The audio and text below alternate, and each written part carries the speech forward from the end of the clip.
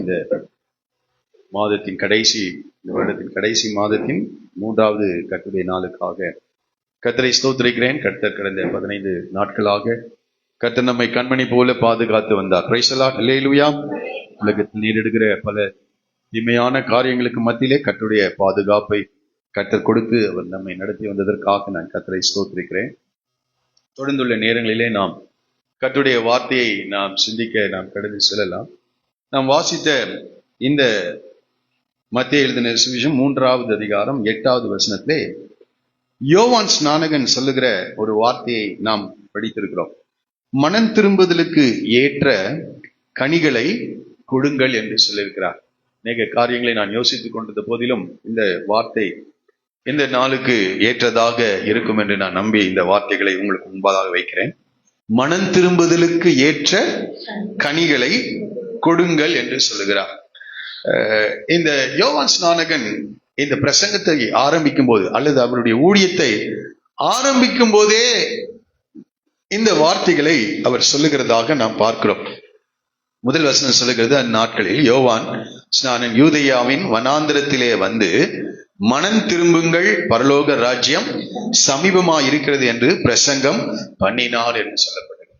இப்பொழுது இந்த யோவான் ஸ்நானனுடைய பிரசங்கத்தை கேட்டு 5வது வசனத்தை படிக்கும் போது, அப்பொழுது எருசலேம் நகரத்தாரும் யூதேயா தேசத்தார் அனைவரும் யோர்தானுக்கு அடுத்த சுற்றுப்புறத்தார் யாவரும் அவனிடத்தில் போய் தங்கள் பாவங்களை அறிக்கையிட்டு யோர்தான் நதியில் அவனால் ஞான ஸ்நானம் பெற்றார். யோவான் ஸ்நானகன் ஊழியத்தை ஆரம்பிக்கும் போது வேற ஒன்னும் சொல்லல, மனம் திரும்புங்கள், பரலோக ராஜ்யம். மனம் திரும்புங்கள் அப்படின்னா நம்முடைய மனம் என்பது நம்முடைய சிந்தை, எண்ணங்களை குறிக்கிறது.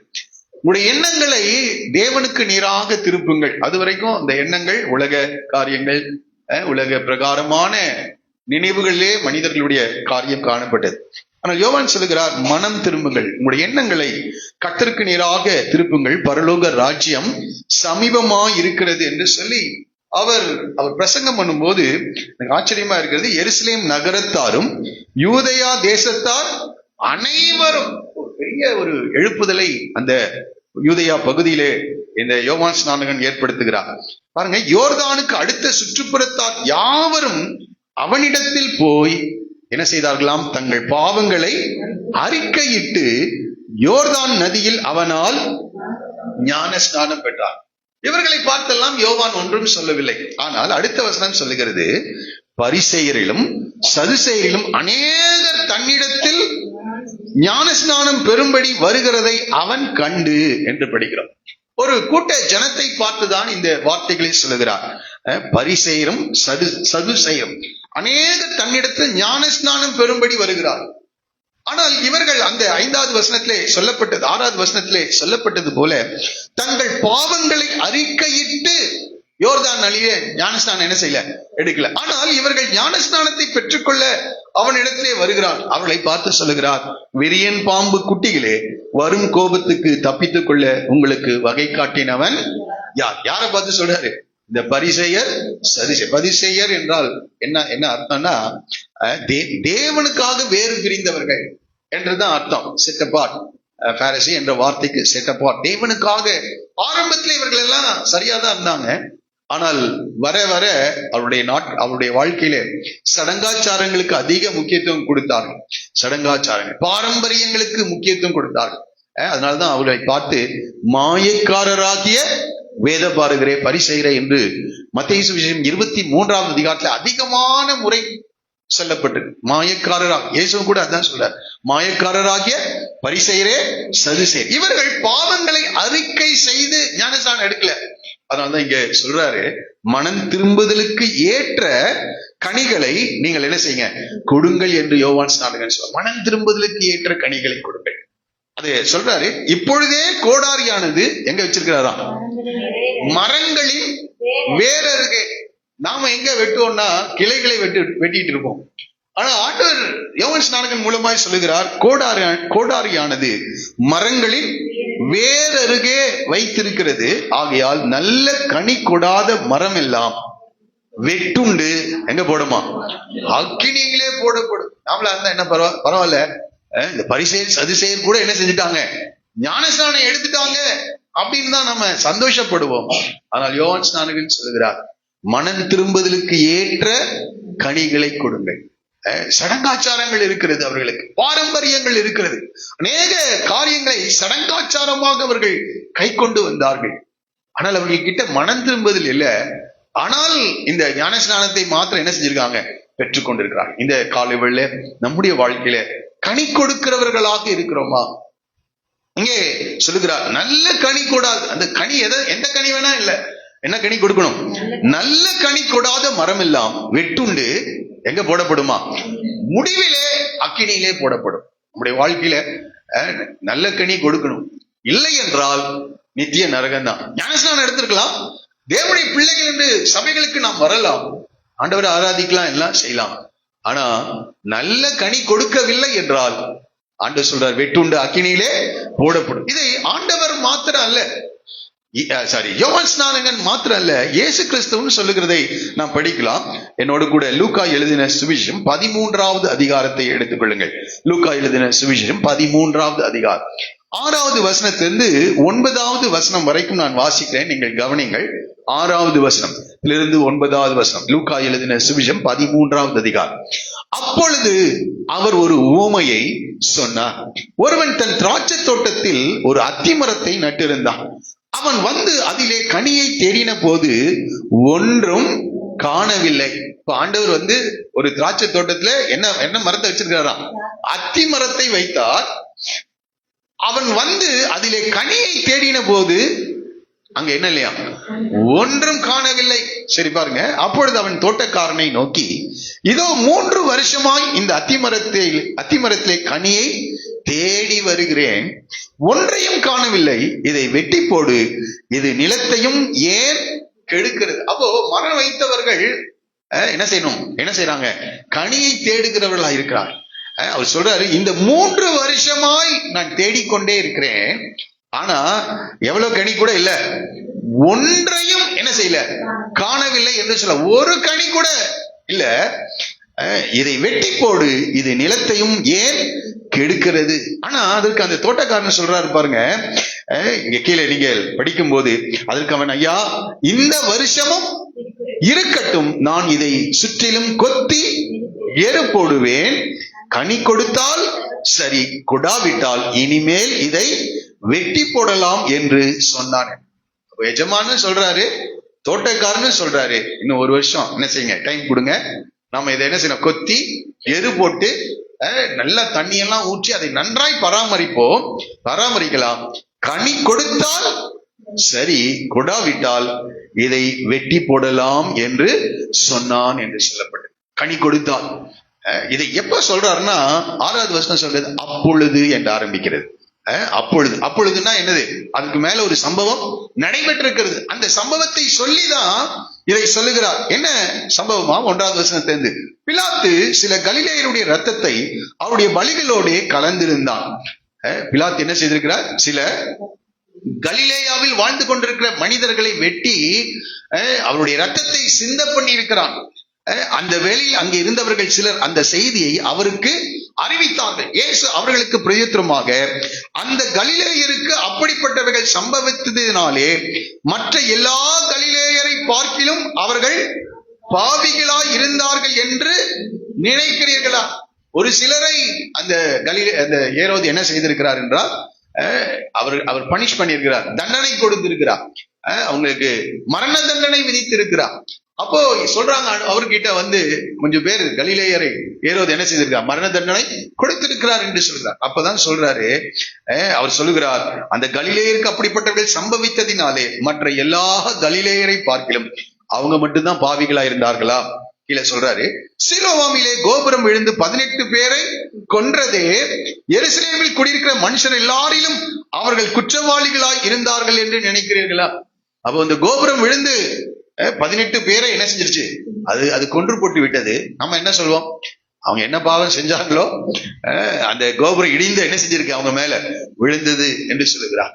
ஆகவே இந்த தண்டனைகளை அவர்கள் சொல்லும் போது சொல்லுகிறார், நாம நீதிமான்களா இருக்கிறதுனால உயிர் வாழ்றோமா, அவங்க பாவம் செய்ததினால் இந்த காரியங்கள் நடைபெற்றதா என்று ஆண்டவர் அவர்களை பார்த்து சொல்லும்போது, அப்பொழுது அவர் சொல்றாரு, ஒரு உண்மையை நான் உங்களுக்கு சொல்லுகிறேன், கனி கொடாத மரம் எல்லாம் வெட்டுண்டு அக்கினியிலே போடப்படும். ஒருவேளை ஏரோது அதை செய்யாமல் இருக்கலாம், சில நேரங்கள் கோபுரங்கள் நம்மேல் சாயாமல் இருக்கலாம்.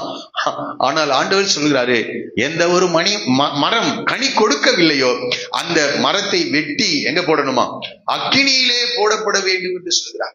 அது தோட்டக்காரன் பரிந்து பேசுறான், இந்த ஒரு வருஷம் கூட இருக்கட்டும், நான் கொத்தி என்ன செய்யறேன், எரு போடுகிறேன். கொத்தி எரு போடுறதுன்னா வேற என்ன? கர்த்தருடைய வசனத்தை சொல்லி அவர்களை உற்சாகப்படுத்தி அந்த வசனத்தை புரிய வைத்து காரியங்களை செய்யறேன், ஒரு வருஷம் கூட்டி கொடுங்கள் என்று அந்த தோட்டக்காரன் கேட்கிறான். ஆனா பாருங்க, ஆண்டவர் சொல்றாரு, இதை அந்த தோட்டக்காரன் சொல்றான், இந்த கனி கொடுத்தால் சரி, கொடாவிட்டால் இனிமேல் இதை வெட்டி போடலாம் என்று சொல்றான். ஆண்டவர் நம்மை கனியை தேடி வருகிறவராக காணப்படுகிறார், கனியை தேடி. அதனால்தான் இந்த மத்தேயு 3வது அதிகாரத்தில் யோவான் ஸ்நானகன் சொல்லுகிறார், மனம் திரும்புதலுக்கு ஏற்ற கனிகளை கொடுங்க. மனம் திரும்புதலுக்கு ஏற்ற கனிகள். இந்த வேதத்துல உண்மையாக மனம் திரும்பினா 5 விதமான கனிகளை நாம் கொடுக்க முடியும். அநேக காரியங்கள் இருக்கிறது, எல்லாவற்றையும் பேச முடியாது. உண்மையான மனம் திரும்புதல் சில கனிகளை நாம் கொடுக்கிறவர்களாயிருக்கும். மனம் திரும்பவில்லை என்றால் அவர்களுடைய செயல்பாடுகளே வித்தியாசமா இருக்கும். ஆகவே வேதத்திலே சில மனம் திரும்பின மனிதர்கள் எப்படி கனி கொடுத்தார்கள், மனம் திரும்பாதவர்களுடைய நிலை என்ன, ஏன் அவர்கள் கனி கொடுக்கவில்லை என்பதை வேதத்திலிருந்து சில காரியங்களை உங்களுக்கு முன்பாக நான் வைக்க விரும்புகிறேன். என்னோடு கூட ஏசாயா தீர்க்கதரிசன புத்தகம் 16வது அதிகாரம், ஏசாயா தீர்க்கதரிசன புத்தகம் 16வது அதிகாரம் 6வது வசனத்தை வாசிக்க கேட்கிறேன். ஏசாயா 16:6. மோவாபின் பெருமையையும் அவன் மேட்டிமையையும் அவன் அகங்காரத்தையும் அவன் உக்கிரத்தையும் குறித்து கேட்டோம். அவன் மெத்த பெருமைக்காரன், ஆனாலும் அவன் வீம்பு. இங்கே ஒரு கூட்டத்தை குறித்து படிக்கிறோம். மோவாபின் பெருமையையும் அவன் மேட்டிமையையும் அவன் அகங்காரத்தையும் அவன் உக்கிரத்தையும் குறித்து கேட்டோம். இந்த மோவாபியர்கள் சாதாரண ஆட்கள் அல்ல. மோவாபி யாரு? லோத்தின் சந்ததி. அம்மோனியர்களும் மோவாபியர்களும் லோத்தின் சந்ததிகளா இருக்காங்க. லோத் யாரு? ஆபிரகாமுடைய சகோதரனுடைய மகன். அப்போ நெருங்கின இனத்தார். இந்த மோவாபை குறித்து வேதத்துல நீங்கள் படிக்கும் போதெல்லாம் இந்த மோவாபுக்கு ஒரு பிரச்சனை இருக்குது. என்ன பிரச்சனைனா, அவர்கள் எப்போதும் தங்களை குறித்து எண்ண வேண்டியதற்கு மிகுதியாக எண்ணுகிறவர்களாக இருக்கிறார்கள். அதை தான் இங்கே சொல்லப்பட்டிருக்கிறது, மோவாபின் பெருமை. அங்க வார்த்தை பாருங்க எப்படி வருது, மோவாபின் பெருமையும் அவன் மேட்டிமையையும் அவன் அகங்காரத்தையும் அவன் உக்கிரத்தையும் குறித்து கேட்டோம் என்று சொல்ல. அப்போ இந்த மோவாபியர்கள் யாருங்க? அந்த தேசத்துல இருக்கிற எல்லாருக்கும் ரொம்ப பெருமை ஜாஸ்தி, ரொம்ப ரொம்ப பெருமை. அதை எரேமியாவும் கூட அதை சொல்லுகிறதை நான் வாசித்து பார்த்தேன். எரேமியா 200 ஆண்டுகள், ஏசாயா தீர்க்கதரிசிக்கு பிறகு 200 ஆண்டுகளுக்கு பிறகு வந்த எரேமியா சொல்லுகிறார். வாசிக்கலாம், எரேமியாவின் புத்தகம் 48வது அதிகாரம். எரேமியா 48, 42வது வசனத்தை வாசிங்க. 48, 42. மோவாப் கர்த்தருக்கு விரோதமாய் பெருமை பாராட்டினபடியால் அது ஒரு ஜனமாய் இராதபடிக்கு அழிக்கப்படும். பாருங்க, மோவாப் கர்த்தருக்கு விரோதமாய் பெருமை பாராட்டினபடியால் அது ஒரு ஜனமாய் இராதபடிக்கு. அப்போ இந்த மோவாபியர்கள் யாரு? சிலர் சொல்றாங்க அவன் பெருமை பிடிச்சவங்க சொல்றாங்கல்ல. அப்போ இந்த மோவாபியர்கள் ரொம்ப பெருமை பாராட்டுகிற ஜனங்களா இருந்தார். திரும்ப ஏசாயால எடுத்துக்கொள்ளுங்கள் 16வது அதிகாரத்துல அதான் சொல்றாரு. அவர்கள் பெருமையும் அவன் மேட்டிமையும் அவன் அகங்காரத்தையும் அவன் உக்கிரத்தையும் குறித்து கேட்டோம். அவன் மெத்த பெருமைக்காரன், ஆனாலும் அவன் வீம்பு செல்லாது. இந்த மோவாபியர்கள் ரொம்ப பெருமை பிடித்தவர்கள். அதனால நாம அந்த அதிகாரத்தை தொடர்ந்து படிக்கும் போது 9வது வசனத்தை வாசிக்கலாம். ஆகையால் யாசேருக்காக அழுதது போல சிப்மாவூர் திராட்சை செடிக்காகவும் மிகவும் அழுகை. இங்க நீங்க தொடர்ந்து அந்த வசனங்களை படித்தீங்கன்னா தான் புரியும். இந்த யாசேர் சிப்மா ஊரெல்லாம் என்ன, இந்த மோவாப் தேசத்தில் இருக்கின்ற ஊர்களாக பட்டணங்களாக காணப்படுகிறது. இங்க சொல்லுகிறார், சிப்மாவூர் திராட்சை செடிக்காகவும் மிகவும் அழுவேன். எஸ்போனே, எலேயாலே, உனக்கு கண்ணீரை பாய்ச்சுவேன். உன் வசந்த காலத்து பழங்களுக்காகவும் உன் திராட்சை பழ அறுப்புக்காகவும் ஆரவாரிக்கிற சந்தோஷ சத்தம் என்ன ஆயிடுச்சா? விழுந்து போயிற்று. பாருங்க 10வது வசனம். பயிர் வெளியில் இருந்து சந்தோஷமும் களிப்பும் அற்று போயின.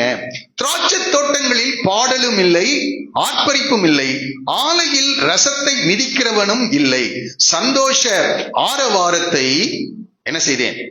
ஓய பண்ணினேன். ஆகையால் மோவாபின் நிமித்தம் என் குடல்களும் கிராரேசி நிமித்தம் என் உள்ளமும் சுரமண்டலத்தை போல துணிக்கிறது. இப்போ இந்த மோவாப் மெத்த பெருமைக்காரன். இந்த மெத்த பெருமைக்காரன் என்ன செய்கிறான்னா, அவன் வாழ்க்கை அந்த மனம் திரும்புதலே இல்லை. 200 வருஷங்கள் கழித்து எரேமியாவும் சொல்றாரு, ஐயோ அவங்க பயங்கரமான பெருமை பிடிச்சவன். ஆகவே என்ன ஆண்டவர் செய்கிறார் என்றால், அவர்களுடைய திராட்சை தோட்டத்திலே பலன் இல்லை, அவர்களுடைய வயல்வெளியில் என்ன இல்லை? பலன் இல்லை. அப்போ இந்த மனம் திரும்புதல் முதல்ல எங்க ஆரம்பிக்கணும்னா, உண்மையான மனம் திரும்புதல் இருந்தா பெருமையை விட்டு என்ன செய்வோம்? தாழ்மைக்கு நேராக கடந்து வரும். இந்த மோவாப் மனம் திரும்பல. ஆண்டவர் அவர்களுக்கு பல தருணங்களை கர்த்தர் கொடுத்திருப்பார். அதனாலதான் சொல்றாரு, முதல்ல நான் செய்ய போறது, அவன் திராட்சை தோட்டத்தில் இருக்கிற பலனை நான் என்ன செய்வேன்? அழித்து போடுவேன். அவனுடைய வயல்களில் இருக்கின்ற பலனை நான் அழித்து போடுவேன் என்று சொல்லுகிறார். அதுதான் இங்கே படிக்கிறோம். வயல் வெளியில் இருந்து சந்தோஷமும் கழிப்பும் அற்று போயின. திராட்சை தோட்டங்களில் பாடலும் இல்லை, ஆர்ப்பரிப்பும் இல்லை, ஆலையில் ரசத்தை மிதிக்கிறவனும் இல்லை. சந்தோஷ ஆரவாரத்தை ஓய பண்ணினேன். மனம் திரும்புதலுக்கு ஏற்ற கனி. முதல் கனி தாழ்மை. நம்முடைய வாழ்க்கையில தாழ்மை. இது மனம் திரும்புகிறவர்களுக்கு மாத்திரம்தான் அந்த காரியம் இருக்கும். இந்த பரிசேயர் சதுசேயர்களுக்கு மனம் திரும்பல, ஞானஸ்நானம் எடுத்திருந்தாங்க, ஆனா அவர்களுக்கு தாழ்மை இல்லை. அவர்களுக்கு தாழ்மை இல்லை. அதான் சொல்ற, இப்பொழுதே கோடாரியானது எங்க வைக்கப்பட்டிருக்கிறது? வேர் அருகே வைக்கப்பட்டிருக்கிறது. ஆமா, இந்த மோவாபை குறித்து நாம் படிக்கிறோம். பெருமையினாலே எல்லாவற்றையும் இழந்து போய்விட்டார். மோவாப் ஒரு தேசமா இராதபடிக்கு நான் அழித்து போடுவேன்றார். ஒரே காரணம், அவங்க மனம் திரும்பல. மனம் திரும்புதலுக்கு ஏற்ற கனிகள் அவருடைய வாழ்க்கையில, அதற்கு பதிலாக பெருமை இருந்தது. தேவன் அவர்களுடைய கைகளின் கிரியையை கூட என்ன செஞ்சிட்டார்? அழிச்சிட்டார்.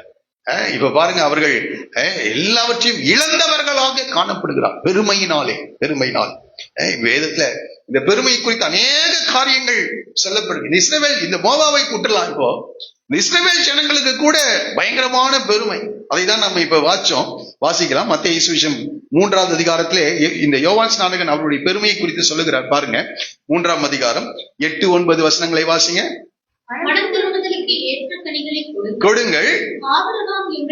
இப்ப இவங்களுக்கு எப்போதும் என்னதான் சொல்லுவாங்க?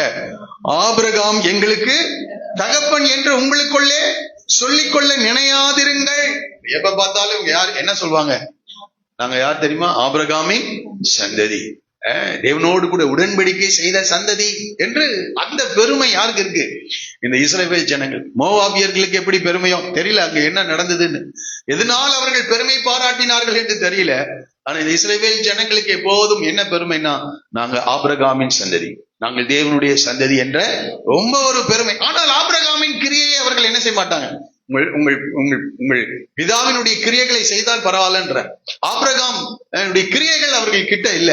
ஆபிரகாம் தேவனை விசுவாசித்தான், நீதிமானாய் தேவனுக்கு முன்பாக நடந்து கொண்டான், உத்தமனாய் இருந்தான், அவன் தேவனுடைய வார்த்தைகளுக்கு எல்லாம் கீழ்ப்படிந்தான். ஆனால் ஆபிரகாமின் சந்ததி அதெல்லாம் கை கொள்ளல, அப்படியெல்லாம் செய்யல. அதற்கு பதிலாக என்ன மட்டும் சொல்லுவாங்க? ஆபிரகாமின் சந்ததி. பல நேரங்கள்ல சில சபை பிரிவினர்கள்லாம் இருக்காங்க, அவங்களுக்கு தங்களுடைய சபைகளை குறித்த அந்த டைட்டில் அவங்களுக்கு ரொம்ப பெரிய, நாங்க எந்த சபையை சார்ந்தவர்கள் தெரியுமா அப்படின்ற ஒரு பெருமை அவர்களுக்கு இருக்கிறது. அதுபோல இந்த ஆபிரகாமின் சந்ததிக்கு ஒரு பெரிய பெருமை, நாங்கள் ஆபிரகாமின் பிள்ளைகள் என்ற பெருமை. அதனால அவர்கள் ஒருவரையும் மதிக்க மாட்டாங்க. லூக்கா சுவிசேஷம் 18வது அதிகாரத்துல அவங்க ஜெபங்கள் கூட எப்படி இருக்கும்? ரொம்ப பெருமையா இருக்கும். அந்த ஜெபத்தை வாசிக்கலாமா? எல்லாருக்கும் தெரிந்ததுதான், ஆனாலும் வாசிக்க கேட்கிறேன். லூக்கா எழுதின சுவிசேஷம் 18வது அதிகாரம் 11வது வசனத்திலிருந்து வாசிக்கலாம். 18ஆம் அதிகாரம் 11வது வசனம். பரிசேயன் என்று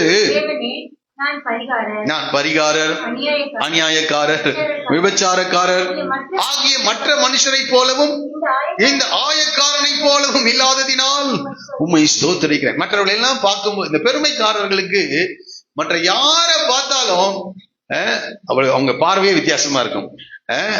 அவங்க எப்போதுமே மற்றவர்களோடு கூட ஒப்பிட்டு பார்க்கிறவர்களாக இருப்பார்கள். மற்றவர்களை எந்த ஒரு நபரானாலும் சரி அவளோடு ஒப்பிட்டு பார்த்த அவங்க சிறு பிள்ளைகளுக்கு கூட இருக்கு. அவங்களுடைய இந்த சிறு பிள்ளைகள் இருந்து பெரியவர்கள் இந்த பெருமை எல்லாருக்குள்ள இருக்கு. மற்றவர்களோடு ஒப்பிட்டு பார்க்கிறாங்க. அவளுடைய அழகை, அவளுடைய படிப்பை, அவளுடைய அந்தஸ்தை, அவளுடைய சம்பளத்தை, இன்னும் அவர்கள் வைத்திருக்கிற காரியங்கள் எல்லாவற்றையும் வைத்து நம்மை அவர்களோடு கூட என்ன செஞ்சிட்டு இருப்போம்? ஒப்பிட்டு பார். அப்போ அவங்க கொஞ்சம் தாழ்மையா அல்லது நம்மை நடைய விட இல்லைன்னா நமக்கு அவங்க மேல என்ன இருந்து ஒரு பெரிய ஒரு பெருமையான பார்வை அங்கே கடந்து வருகிறது. இங்கே சொல்கிறார், இவன் நின்று சொல்கிறான், தேவனே, நான் பரிகாரர், அநியாயக்காரர், விபச்சாரக்காரர் ஆகிய மற்ற மனுஷனை போலவும் இந்த ஆயக்காரனை போலவும் இல்லாததினால் உம்மை ஸ்தோத்தரிக்கிறேன். இதை சொல்லிட்டு அடுத்தது சொல்றாரு, வாரத்தில் 2 தரம் உபவாசிக்கிறேன். இது ஒரு பெருமை. வாரத்தில் 2 தரம் உபவாசிக்கிறேன், என் சம்பாத்தியத்தில் எல்லாம் என்ன செய்கிறேன்? தசம பாகம் கொடுக்கிறேன் என்று தனக்குள்ளே. ஆமா, அப்போ இந்த பரிசேயர் அவங்க மற்றவர்களோடு கூட தங்களை ஒப்பிட்டு பார்த்து தங்களை பெருமையாக கருதி கொள்ளுகிறவர்களா இருப்பாங்க. அவங்க ஜெபம் கூட எப்படிதான் இருக்கும்? பெருமையாக காணப்படும். அவருடைய ஜெபம் கூட பெருமையாக இருக்கும். இப்படித்தான் அப்போஸ்தலனாகிய பவுலும் வாழ்ந்து கொண்டிருந்தார். ஏன்னா அவரும் பரிசேய கூட்டத்துலதான் யார் இருந்தா? ஆமா, பவுல் இருந்தார். அவர் சொல்றார், நான் ஒரு பரிசேயனுடைய மகன் என்று சொல்லுகிறார். இதே லெவல் தான். யாரையும் அவங்க பார்க்கும்போது நாங்கள் ஆபிரகாமின் சந்ததி, நாங்கள் பரிகாரர், அநியாயக்காரர் அவங்களை போல எல்லாம் கிடையாது, இந்த ஆயக்காரன் இவனை போல எல்லாம் கிடையாது, நாங்கள் ஆபிரகாமின் சந்ததி என்று சொல்லி நாங்கள் வாரத்துக்கு 2 தரம் உபவாசிக்கிறோம், தசம பாகங்களை கொடுக்கிறோம், இன்னும் பல காரியங்களை ஆண்டவருக்காக நாங்கள் செய்கிறோம் என்கின்ற ஒரு பெருமை இருந்தது. ஆனால் எப்பொழுது ஆண்டவரை இந்த சவுல் சந்தித்தானோ அப்பொழுது அவர் சொல்லுகிறத பாருங்க, வாசிக்கலாம். பிலிப்பியருக்கு எழுதின நிருபம் 3வது அதிகாரம், பிலிப்பியர் 3வது அதிகாரம் 4வது வசனத்திலிருந்து அவர் சொல்லுகிறார், மாம்சத்தில் நம்பிக்கை வைக்க வேண்டும் என்றால் நானும், ஏன்னா இருக்குது, அந்த பிளட்ல இருக்குது. ஏன்னா இவர் யாரு? ஒரு பரிசேயனாக காணப்பட. பரிசேயர் எப்போதும் மற்றவர்களை சொல்லுவாங்க அண்டர் எஸ்டிமேட் பண்றது, தரக்குறைவாக நினைக்கிறது. அதான் சொல்றாரு, மாம்சத்தின் மேல் நம்பிக்கை வைக்க வேண்டும் என்றால் நானும் வைக்கலாம். சேர்ந்து படிக்கலாமா?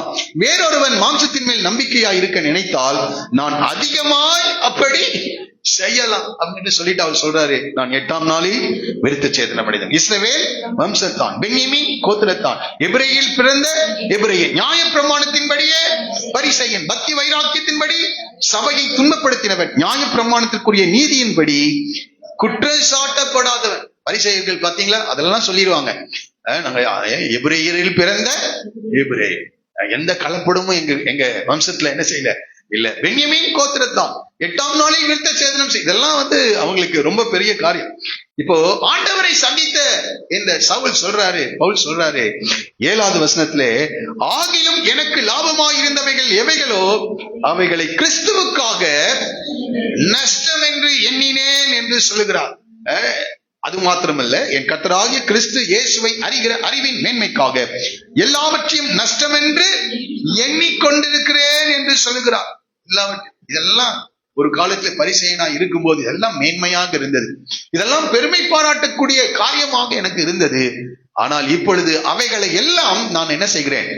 நஷ்டம் என்று எண்ணிக்கொள்ளுகிறேன். அப்போ மனம் திரும்புகிறவர்களுடைய வாழ்க்கையில பாருங்க, இந்த மனம் திரும்புதலுக்கு ஏற்ற முதல் கனி எதெல்லாம் பெருமையா நினைச்சானா இப்ப அதெல்லாம் நஷ்டமா என்று தாழ்மையாய் நடந்து கொள்ளுகிறார் சவுல். ஒரு சொல்லுவோமா?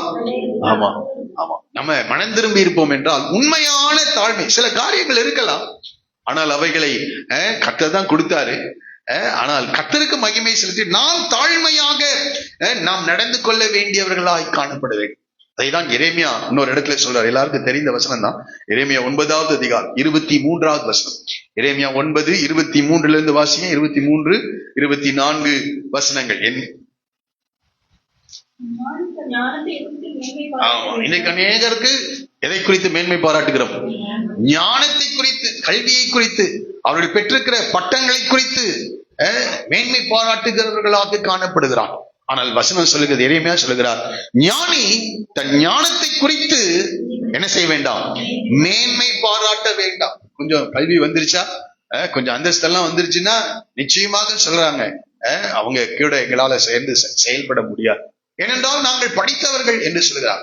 ஆனால் இங்கே சொல்லுகிறார், ஞானி தன் ஞானத்தை குறித்து மேன்மை பாராட்ட வேண்டாம். அடுத்தது, பராக்கிரமன் தன் பராக்கிரமத்தை குறித்து மேன்மை பாராட்ட வேண்டாம். பராக்கிரமன் அது வேற ஒரு டிரான்ஸ்லேஷன், அந்தஸ்து, ஸ்டேட்டஸ் சொல்றாங்கல்ல.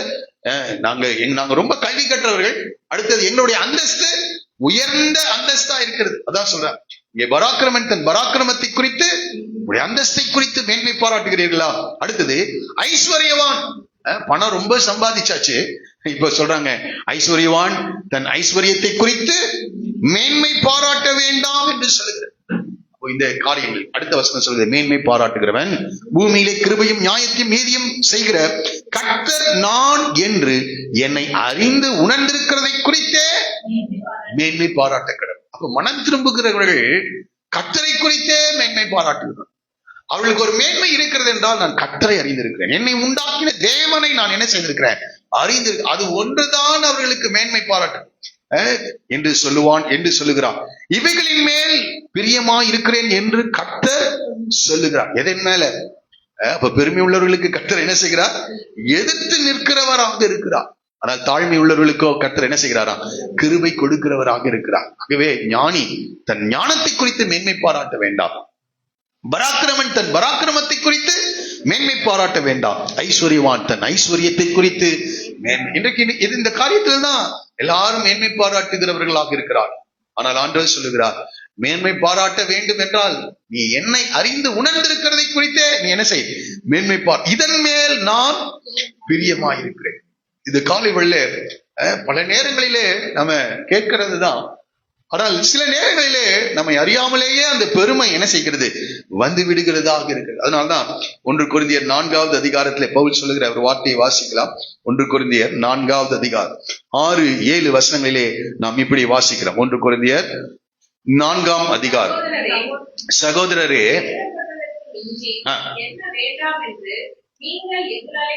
பாருங்க, இவங்க எல்லாம் கொரிந்து பட்டணத்துல இருக்கிற விசுவாசிகள். அதனாலதான் பவுல் என்ன சொல்றாரு, சகோதரரே, பரிசேயரே, அந்த ரட்சிக்கப்படாத கூட்டத்தில் இருக்கிற பரிசேயர் அல்ல, இவர்கள் ரட்சிக்கப்பட்டு சபையில் இருக்கின்ற கூட்டம். அதனால என்ன எழுதுறாரு, சகோதரரே, எழுதப்பட்டதற்கு மிஞ்சி என்ன வேண்டாம் என்று நீங்கள் எங்களாலே கற்றுக்கொள்ளவும், ஒருவன் நிமித்தம் மற்றவனுக்கு விரோதமாய் இருமாப்படையாதிருக்கவும் நான் உங்கள் நிமித்தம் என்னையும் அப்பல்லோவையும் திருஷ்டாந்தமாக வைத்து இவைகளை எழுது. அப்போ இப்ப இங்க படிக்கிறோம், ஒருவன் நிமித்தம் மற்றவனுக்கு விரோதமாய் என்ன அடைஞ்சிடறாங்களா, இருமா. எதை வைத்துனா அவங்களுடைய கல்வியை வைத்து, அவருடைய பணத்தை வைத்து, அவருடைய அந்தஸ்தை வைத்து, அவர்கள் பெற்றுக்கொண்டிருக்கிற உலக பிரகாரமான சில காரியங்களை வைத்து என்ன ஆயிடுறது, விசுவாசிகளுக்கு சில நேரங்கள்ல இருமாப்பு வந்து விடுகிறது. ஆகவே நான் சொல்லுகிறார் பவுல் சொல்றார், நான் உங்கள் நிமித்தம் என்னையும் அப்பல்லோவையும் என்ன செய்கிறேன், திருஷ்டாந்தமாக வைத்து நான் எழுதுகிறேன். என்ன வேண்டியதற்கு மிஞ்சி என்ன செஞ்சிடாதீங்க, எண்ணி விடாதீங்க. பெருமை உள்ளவர்களுக்கு கர்த்தர் எதிர்த்து நிற்கிறார். அதை தான் சொல்றார். இங்கே இன்னொரு இடத்துல கூட அவர் சொல்றார், பிலிப்பியருக்கு எழுதுகிற நிருபம், எல்லா நிருபங்களிலேயும் அதை எழுதுகிறார். பிலிப்பு சபைக்கும் கூட அதை எழுதுகிறார். வாசிக்கலாம், பிலிப்பியர் 2வது அதிகாரம். இயேசு கிறிஸ்துவை குறித்து அவர் சொல்லும் போது, கிறிஸ்து இயேசுவில் இருந்த 5வது வசனத்திலிருந்து வாசிக்கிறேன். கிறிஸ்து இயேசுவில் இருந்த சிந்தையே உங்களிலும் இருக்க கடவுள். அவர் தேவனுடைய ரூபமாயிருந்தும் தேவனுக்கு சமமாயிருப்பதை கொள்ளையாடின பொருளாக எண்ணாமல் தம்மை தாமே வெறுமையாக்கி அடிமையின் ரூபம் எடுத்து மனுஷ சாயலானார் என்று நாம் படிக்கிறோம். அப்போ அவர் தேவனுக்கு சமமாயிருப்பதை கொள்ளையாடின பொருளாக எண்ணாமல் தம்மை தாமே வெறுமையாக்கி அடிமையின் ரூபம் எடுத்து மனித சாயலாய் மாறினார்.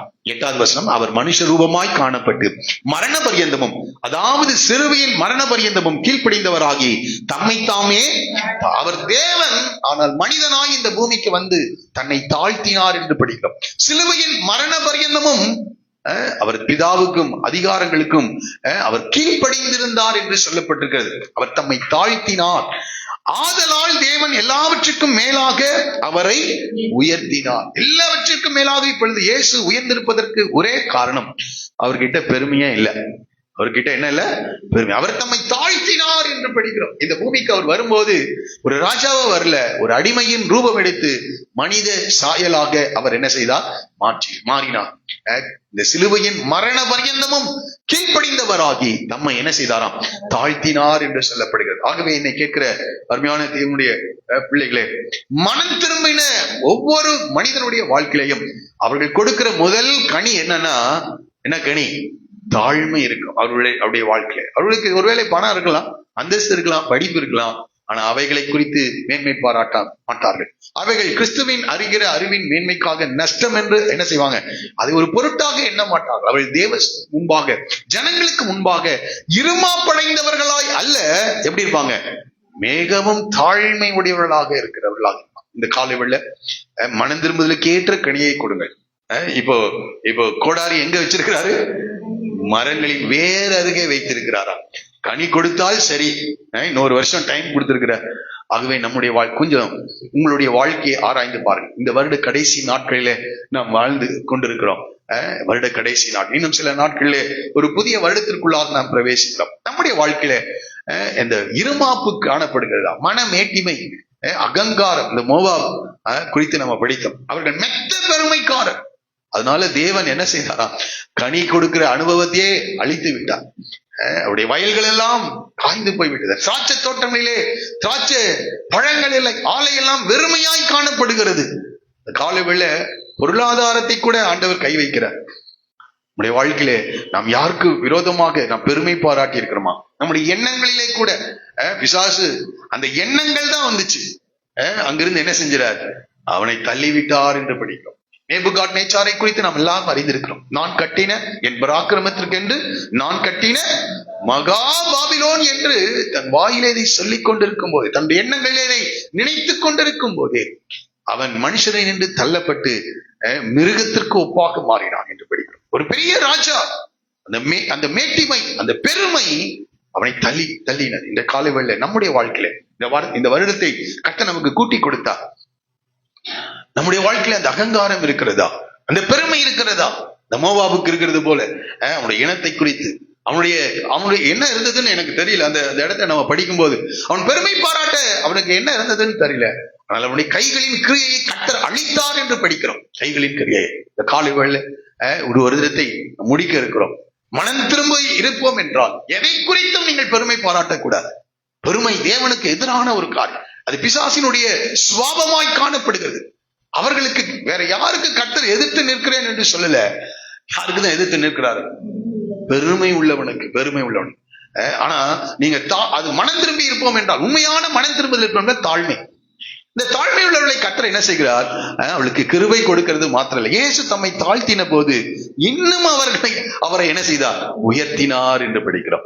அதனால சுவிசேஷங்களை படிக்கிறோம். தன்னைத்தானே தாழ்த்துகிற எவனும் என்ன செய்வானா? ஆனால் தன்னைத்தானே உயர்த்துகிறவன் எவனும், அது யாரான இருக்கலாம். நேபுகாத்நேச்சார் ராஜாவா இருக்கலாம், பாபிலோன் அது முழு உலகையும் அவர்கள் ஆளுகை செய்கிறவர்களா இருக்கலாம். ஆனால் அவர்களை தேவன் நான் தாழ்த்த முடியும். அதனால்தான் நேபுகாத்நேச்சார் 4வது அதிகாரத்தின் கடைசியில சொல்லுகிறார், அகந்தையாய் நடக்கிறவர்களை தாழ்த்த அவராலே ஆகும். சொல்லுவோமா? அவர் சொல்ற தன்னுடைய அனுபவத்திலிருந்து அகந்தையாய் நடக்கிறவர்களை தாழ்த்த அவராலே ஆகும் என்று படிக்கிறோம். ஆமா, மேன்மைக்கு முன்னானது தாழ்மை, மேன்மைக்கு முன்னானது தாழ்மை. ஆகவே இந்த காலை வேளை நாம் உண்மையாக மனம் திரும்பி இருப்போம் என்றால் நாம் தாழ்மையுடையவர்களாக இருப்போம். அது இருக்குதோ இல்லையா? மனிதர்கள் இந்த தாயக்காரன் செய்தது போல, இந்த அநியாயக்காரன், பரிகாரன் இவர்களை போல இல்லை, இந்த ஆயக்காரனை போல நான் இல்லாததினால் உண்மை என்ன செய்கிறேன்? ஸ்தோத்திரிக்கிறேன். ஒருவேளை நம்ம உபவாசம் எடுக்கலாம், ஒருவேளை நம்ம ஜெபம் பண்ணலாம், நம்ம கர்த்தருக்கு கொடுக்கலாம். அதுல கூட என்ன வந்துடக்கூடாது? பெருமை வந்துடக்கூடாது. கர்த்தர் நமக்கு நல்ல கல்வி அறிவை கொடுத்திருக்கலாம், கர்த்தர் நமக்கு வசதி வாய்ப்புகளை கர்த்தர் கொடுத்திருக்கலாம். ஆனால் அவைகளிலே நாம் பெருமை பாராட்டுவோம் என்றால் இந்த மோவாபை மறந்து விடாதீங்க. இன்னைக்கு காலையில இந்த மோவாபை நீங்கள் மறக்க கூடாது என்பதற்காக தான் அந்த இடத்தை நான் எடுத்தேன். தேவனுடைய கைகளின் கிரியைகளை அழித்தார், கைகளின் கிரியைகளை அழித்தார். ஒரே காரணம், யாரானாலும் சரி, அது நேபுகாத்நேச்சாரா இருந்தாலும் சரி, மோவாப் தேசமா இருந்தாலும் சரி, இது தனிப்பட்ட நபர்களா இருந்தாலும் சரி, எந்த ஒரு மனிதன் தன்னை தாழ்த்துகிறானோ அவனை கர்த்தர் என்ன செய்கிறார்? உயர்த்துகிறார். இந்த காலை உள்ள இந்த வார்த்தைகளை நான் ஏன் சொல்றேன்னு எனக்கு தெரியல. இந்த வருடத்துல உங்களுடைய கைகளின் கிரியைகளை தேவன் ஆசீர்வதித்து இருக்கிறாரா? கொஞ்சம் அதை யோசிச்சு பாருங்க. அல்லது இந்த மனம் திரும்புதலுக்கு ஏற்ற இந்த முதலாவது கனி ஆகிய இந்த தாழ்மை நம்முடைய வாழ்க்கையில் இருக்கிறதா என்று நாம் யோசித்து பார்ப்போம். இல்லாவிட்டால் வேறருகே வைத்திருக்கிறார். வேற எங்க ரொம்ப தூரத்துல எல்லாம் இல்ல, கொண்டு வந்து வெட்டணும்னு எல்லாம் இல்ல, எங்கேயா இருக்குது. ஆமா, அதை வெட்டி எதுல போட்டு வரான்? அக்கினியிலே போடுவார் என்று சொல்ல. இரண்டாவது கனி என்னவென்றால், தயவு செய்து என்னோடு கூட எபேசியருக்கு எழுதின நிருபம் 5வது அதிகாரம் 9வது வசனத்திலிருந்து 11வது வசனம் வரைக்கும் நம்ம எல்லாரும் சேர்ந்து வாசிக்கலாம். எல்லாரும் எடுத்துக்கொள்ளுங்கள். எபேசியருக்கு எழுதின நிருபம் 5ஆம் அதிகாரம் 9வது வசனத்திலிருந்து 11வது வசனம் வரைக்கும் சேர்ந்து வாசிப்போம். ஆவியின் கனி சகல நற்குணத்திலும் நீதியிலும் உண்மையிலும் விளங்கும். கர்த்தருக்கு பிரியமானது இன்னதென்று நீங்கள் சோதித்து பாருங்கள். கனியற்ற அந்தகார கிரியைகளுக்கு உடன்படாமல் அவைகளை கடிந்து கொள்ளுங்கள். அடுத்த வசனம் கூட வாசிக்கலாம். அவர்களால் ஒளிப்பிடத்தில் செய்யப்படும் கிரியைகளை சொல்லுகிறதும் அவலட்சணமாயிருக்குமே என்று சொல்லப்படுகிறது. ஒளிப்பிடத்திலே செய்யப்படும் கிரியைகளும் சொல்லுகிறதும் அவலட்சணமா இருக்குமே என்று சொல்லுகிறது. அப்போ ஆவியின் கனி எங்க வெளிப்படுமாம்? சகல நற்குணத்திலும் நீதியிலும் உண்மையிலும் விளங்கும். அடுத்தது 11வது வசனம். கனியற்ற அந்தகார கிரியைகளுக்கு உடன்படாமல் என்று. அப்ப முதல் சொன்ன இந்த பெருமை அந்த கனி கொடுப்பதை நம்மை தடுக்கிறதாக இருக்கிறது. யாருக்கு பெருமை இருக்குதோ அவங்க கனி கொடுக்க மாட்டாங்க. ஆனா மனம் திரும்பினவர்கள் தாழ்மை உடையவர்களா இருப்பார். இரண்டாவது, மனம் திரும்பாதவர்கள் அந்தகார கிரியைகளை செய்வார்கள். அந்த பேரை பாருங்க, கனியற்ற அந்தகார கிரியைகளுக்கு உடன்படாமல். கனியற்ற அந்தகார கிரியை. அந்தகாரம்னா என்ன அர்த்தம்? இருளின் கிரியைகள். இருளின் கிரியைகள். இந்த இருளின் கிரியைகளை நாம இப்படி வாசிக்கலாம். பொழுது தான் நம்ம புரிந்து கொள்ள முடியும். கலாத்தியர் எழுதின நிருபம் 5ஆம் அதிகாரம். கலாத்தியர் எழுதின நிருபம் 5ஆம் அதிகாரம் 19வது வசனத்தில் இப்படி நாம் வாசிக்கிறோம். மாம்சத்தின் கிரியைகள் வெளியரங்கமாய் இருக்கிறது. அவையாவன விபச்சாரம், வேசித்தனம், அசுத்தம், காம விகாரம் போதும். இவைகளை தான் அங்கே அந்தகார கிரியைகள் என்று அப்போஸ்தலனாகிய பவுல் சொல்லுகிறார். என்னமா திரும்பி வாசிக்கலாம். மாம்சத்தின் கிரியைகள் வெளியரங்கமாய் இருக்கிறது. அவையாவன விபச்சாரம், வேசித்தனம், அசுத்தம், காம விகாரம். இதைதான் இங்கே பவுல் சொல்லுகிறார் அந்தகார கிரியைகள் என்று சொல்லுகிறார். 8வது வசனத்தை பாருங்க. முற்காலத்தில் நீங்கள் அந்தகாரமாய் இருந்தீர்கள், இப்பொழுதோ கர்த்தருக்குள் வெளிச்சமாயிருக்கிறீர்கள். வெளிச்சத்தின் பிள்ளைகளாய் நடந்து கொள்ளுங்கள். ஆவியின் கனி எப்படி இருக்குமா? சகல நற்குணத்திலும் நீதியிலும் உண்மையிலும் விளங்கும். சகல நற்குணம். ஆனால் அந்தகாரத்தின் கிரியைகள் அது இந்த பாலியல் பாவங்களுக்கு நேராக ஒரு மனிதனை நடத்துகிறதாக இருக்கிறது. அதான் சொல்றார், கனியற்ற அந்தகார கிரியைகளுக்கு உடன்படாமல் அவைகளை கடிந்து கொள்ளுங்கள். அவர்களால் ஒளிப்பிடத்தில் செய்யப்படும் கிரியைகளை சொல்லுகிறதும் அதை எழுத முடியாது அப்படின்னு சொல்றார். அந்த ஒளிப்பிடத்திலே செய்கிற அந்த அந்தகாரத்தின் கிரியைகளை நான் இங்க எழுத விரும்பல, அதை சொல்ல முடியாது. சில காரியத்தை என்ன செய்வோம்? மேடை போட்டா பேசுவோம், ரகசியமா சொல்லிக்குவாங்க. ஆனா மேடை போட்டாலும் என்ன செய்ய, அதான் சொல்றாரு, அவர்களால் ஒளிப்பிடத்தில் செய்யப்படும் கிரியைகளை சொல்லுகிறதும் அவலட்சணமாய் இருக்கிறது. அவைகள் எல்லாம் கடிந்து கொள்ளப்பட்டு வெளிச்சத்தினால் வெளியரங்கமாகும் என்று சொல்லப்பட்டது. ஆகவே இங்கே நாம் இரண்டாவது கனி என்னவென்றால் அந்த இச்சையிலிருந்து விடுபடுகிற ஒரு காரியம், அந்த இச்சை. அதனால்தான் இச்சை அடக்கமுடையவர்களாக இருக்க வேண்டும் என்று சொல்லப்படுகிறது. நீங்க கலாத்தியர்ல 22ல அந்த ஆவியின் கனியோ என்று சொல்லப்படுகிற இடத்துல நீங்கள் படிப்பீர்கள் என்றால் எத்தனாவது வசனம் பாருங்க, 23வது வசனம் வாசிக்கலாம். இச்சை அடக்கம். அப்ப பாருங்க, மனம் திரும்பாதவர்கள் இச்சை அடக்கம் இல்லாதவர்களா இருப்பார்கள். ஆமா, அந்த காலத்தின் கிரியைகளை செய்வார்கள், அசுத்தமான காரியங்களை அவர்கள் செய்கிறவர்களாக காணப்படுவார். ஆனால் மனம் திரும்பினவர்கள் எப்படி இருப்பாங்க? இச்சை எல்லா விதத்திலேயும் தங்களுடைய சரீரத்தை கட்டுப்படுத்துகிறவர்களாக அவர்கள் காணப்படுவார். இச்சை அடக்கம். அதனால்தான் பவுல் சொல்றார், மற்றவர்களுக்கு பிரசங்கிக்கிற நான் தானே ஆகாதவனாய் போகாதபடிக்கு என் சரீரத்தை அடக்கி அதை கீழ்ப்படுத்துகிறேன் என்று சொல்லுகிறார். நம்ம ஒவ்வொருவரும் எப்படி இருக்கணும்? இச்சை அடக்க, மனம் திரும்புதலுக்கு ஏற்ற கனி என்னன்னா இச்சை அடக்கமுடையவர்களாக இருக்கணும். அதனாலதான் இதுக்கு ஒரே ஒரு உதாரணம் சொல்லணும்னா யோசேப்பு தான். அவன் எல்லா காரியங்களையும் இச்சை அடக்கமுடையவனாய் காணப்பட்டான். 49 ஆதியாகமம் 49:22 யாக்கோபு அவனை குறித்து சொல்லும் போது பாருங்க என்ன சொல்றாரு. 49 ஆதியாகமம் 41 வாசிங்க. யோசேப்பு அவன் எப்படிப்பட்டவனா இருக்கான்? கனி தரும் செடி. அங்கே அவனுடைய சகோதரர்களை குறித்து அப்படி சொல்லல, ரூபனை குறித்து சொல்லல, லேவி சிமியோனை குறித்து அப்படி சொல்லவில்லை. யாரை குறித்து சொல்லுகிறார்? யோசேப்பை குறித்து சொல்லுகிறார். யோசேப்பு எப்படியாம்? கனி தரும் செடி. அப்போ கனி தரும் செடிக்கும் இந்த இச்சை அடக்கத்துக்கும் சம்பந்தம் இருக்குது. அதனால்தான் அந்த அந்த இடத்துல நம்ம படித்தோம். திரும்பியும் அந்த இடத்த எபேசியர்கள் 5வது அதிகாரத்துல 9வது வசனத்தை வாசிங்க. எபேசியர் 5:9. ஆவியின் கனி சகல நற்குணத்திலும் நீதியிலும் உண்மையிலும் விளங்கும். ஆவியின் கனி சகல நற்குணத்திலும் நீதியிலும் உண்மையிலும் விளங்கும் என்று சொல்லப்பட்டிருக்கு. ஆகவே இந்த யோசேப்பு கனிதரும் செடியாயிருந்தான். அவன் நீரூற்றண்டையில் கனிதரும் செடி. அவன் கொடிகள் சுவரின் மேல் படரும். அவன் படர்ந்தான். சாதாரண அனுபவம் அல்ல. அவனுடைய வாழ்க்கையில் நடந்த காரியங்களை நீங்கள் நன்றாய் அறிந்தீர்கள். பாவ சோதனைகள் வரும்போது அதை அந்த இடத்தை விட்டு ஓடிட்டான். வஸ்திரத்தை கூட என்ன செஞ்சிட்டான்?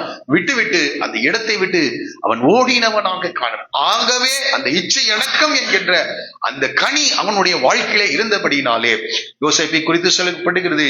யோசேப்பு கனிதரும் செடி. அவன் நீரூற்றண்டையில் உள்ள கனிதரும் செடி. நீரூற்றண்டையில் உள்ள கனிதரும் செடினா எப்படி இருக்கும்? அது ரொம்ப அதிகமான கனிகளை கொடுக்கிறதாக இருக்கும். அது மாத்திரமல்ல, சுவை மிகுந்த ஒரு இடமா வனாந்திரத்தை வைத்திருந்த கனி அது வளரதே ரொம்ப ஆச்சரியம். அப்படியே ஏதாவது ஒரு கனி 2 கனி ஏதாவது கொடுக்கும் வனாந்திரத்துல. ஆனால் கனி நீரூற்றண்டையில் வைக்கப்பட்ட ஒரு மரத்தில் இருக்கிற கனியை போல அவன் சொல்லுகிறான். இங்க யோசேப்பு கனிதரும் செடியாய். அதுக்கு ஒரே காரணம், மனம் திரும்புதல் அவனுடைய வாழ்க்கையில் இருந்தது. அந்த மனம் திரும்புதலினாலே இச்சை அடக்கமுடையவனாய் இருந்தான். அவனுடைய சகோதரருக்கு மத்தியிலே அவன் கனி கொடுக்கின்ற ஒரு மனிதனாக இருந்தான்.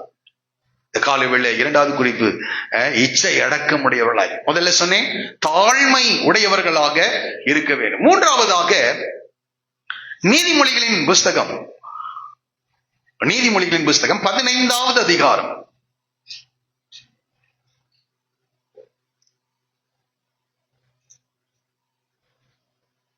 4வது வசனம். ஆரோக்கியமுள்ள நாவு என்னவா?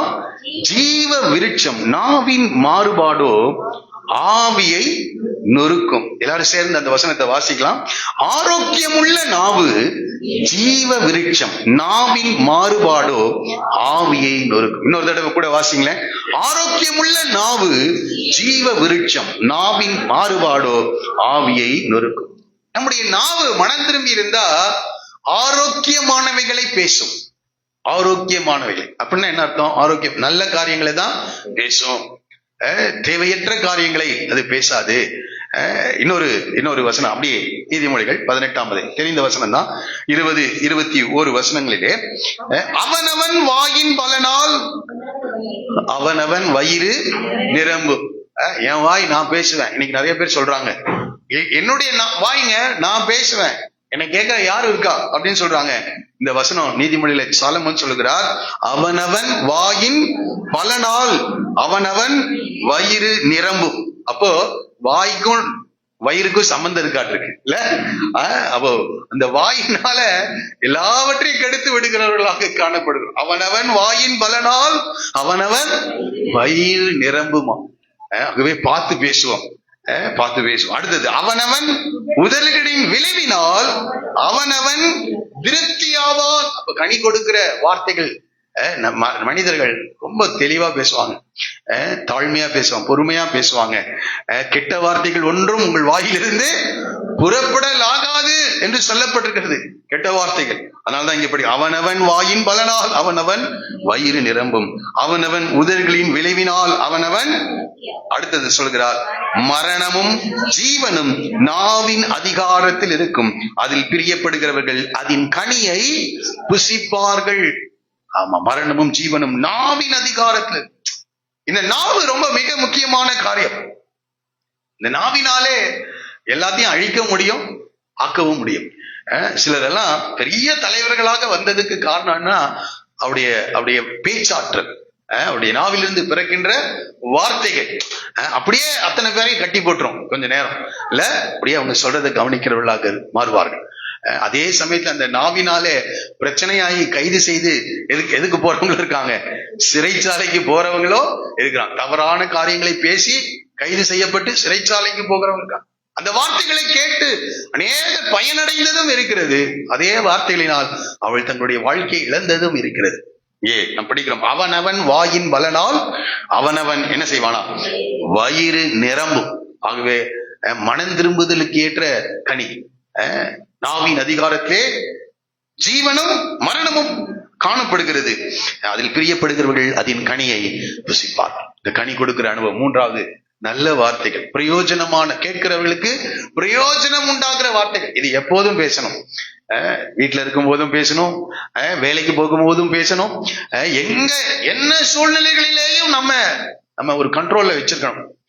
சில நேரத்துல கோபத்துல என்ன பேசிடுறோம், தேவையற்ற காரியங்களை பேசுகிறோம், தகாத வார்த்தைகளை பேசி விடுகிறோம். அந்த வார்த்தை பேசினதுனால ஒரு மனஸ்தாபம் கூட என்ன செய்யறது இல்ல, வர்றதில்லை. அவ்வளவு பேசி விட்டுறோம், அவ்வளவு திட்டி விட்டுறோம். அவன் 2 திட்டினா நம்ம விசுவாசிகள் அல்லவா, நம்ம 4 திட்டணும் அவனை. அப்படி அநேகர் இருக்கிறான். கோபத்தின் மிகுதியினாலே அப்படியே உலகத்தான் இடத்திலிருந்து புறப்படாத வார்த்தைகள் கூட தேவ பிள்ளைகள் என்று சிலரிடத்திலிருந்து வார்த்தைகள். தயவா இருக்குதா நம்முடைய வார்த்தை? நம்முடைய வார்த்தை மற்றவர்களை கனம் பண்ணுகிற வார்த்தைகளா இருக்கிறதா, மற்றவர்களை மேன்மைப்படுத்துகிற வார்த்தைகள்? சில நேரங்களில் கோபம் வரும்போது நம்முடைய வார்த்தைகளை அடக்குகிறவர்களாக இருக்கிறோமா? நம்முடைய வாயின் பலனால் நாம் திருப்தியாகும். சொல்கிறார், அவனவன் வாயின் பலனால் அவனவன் வயிறு நிரம்பும். அநேக நேரங்களிலே குறைவுள்ளவர்களாய் காணப்படுவதற்கு காரணம் என்ன தெரியுமா? வாயின் வார்த்தைகள். ஒருவேளை அவங்க கவனிக்காம போயிடலாம். சரி, நம்மளும் திட்டினா அவனும் திட்டான், விட்டுட்டு போயிடலாம். அல்லது அவனுக்கு நம்ம மேல அதிகாரம் செலுத்த முடியாமல் போயிருக்கலாம், அவன் விட்டுட்டு போயிடுவான். ஆண்டவர் விட மாட்டார், ஆண்டவர் விட மாட்டார். அந்த வாயின் வார்த்தைகளுக்காக தேவன் நியாயத்திலே கொண்டு வருகிறார். சகல எண்ணங்களையும் சிந்தனைகளையும் நியாயத்திலே கொண்டு வருகிற தேவன். இந்த வசனம் எனக்கு ரொம்ப ஆண்டவர் உணர்த்தினதுனால சொல்லுகிறேன். அவனவன் உதடுகளின் விளைவினால் அவனவன். நாம ஜெபம் பண்ணலாம் ஆண்டவர் கிட்ட, ஆண்டவரே எங்களை திருப்தி செய்யுங்க, எங்களுக்கு உதவி செய்யுங்க, எங்களுடைய வாழ்க்கையில இந்த ஆசீர்வாதங்கள் எல்லாம் குறைந்து இருக்கிறது என்று நம்ம ஒருவேளை அழுகலாம், உபவாசம் பண்ணலாம், கதறலாம், எல்லாம் பண்ணலாம். ஆனா ஆண்டவர் செவி கொடுக்கும், மனம் திரும்பு என்று சொல்லுகிறான். இன்றைக்கு அவனவன் வாயின் வார்த்தைகளினால் அவனவன் திருப்தி ஆவான். நாவின் அதிகாரத்திலே ஜீவன் இருக்கிறது என்று சொல்லப்படுகிறது.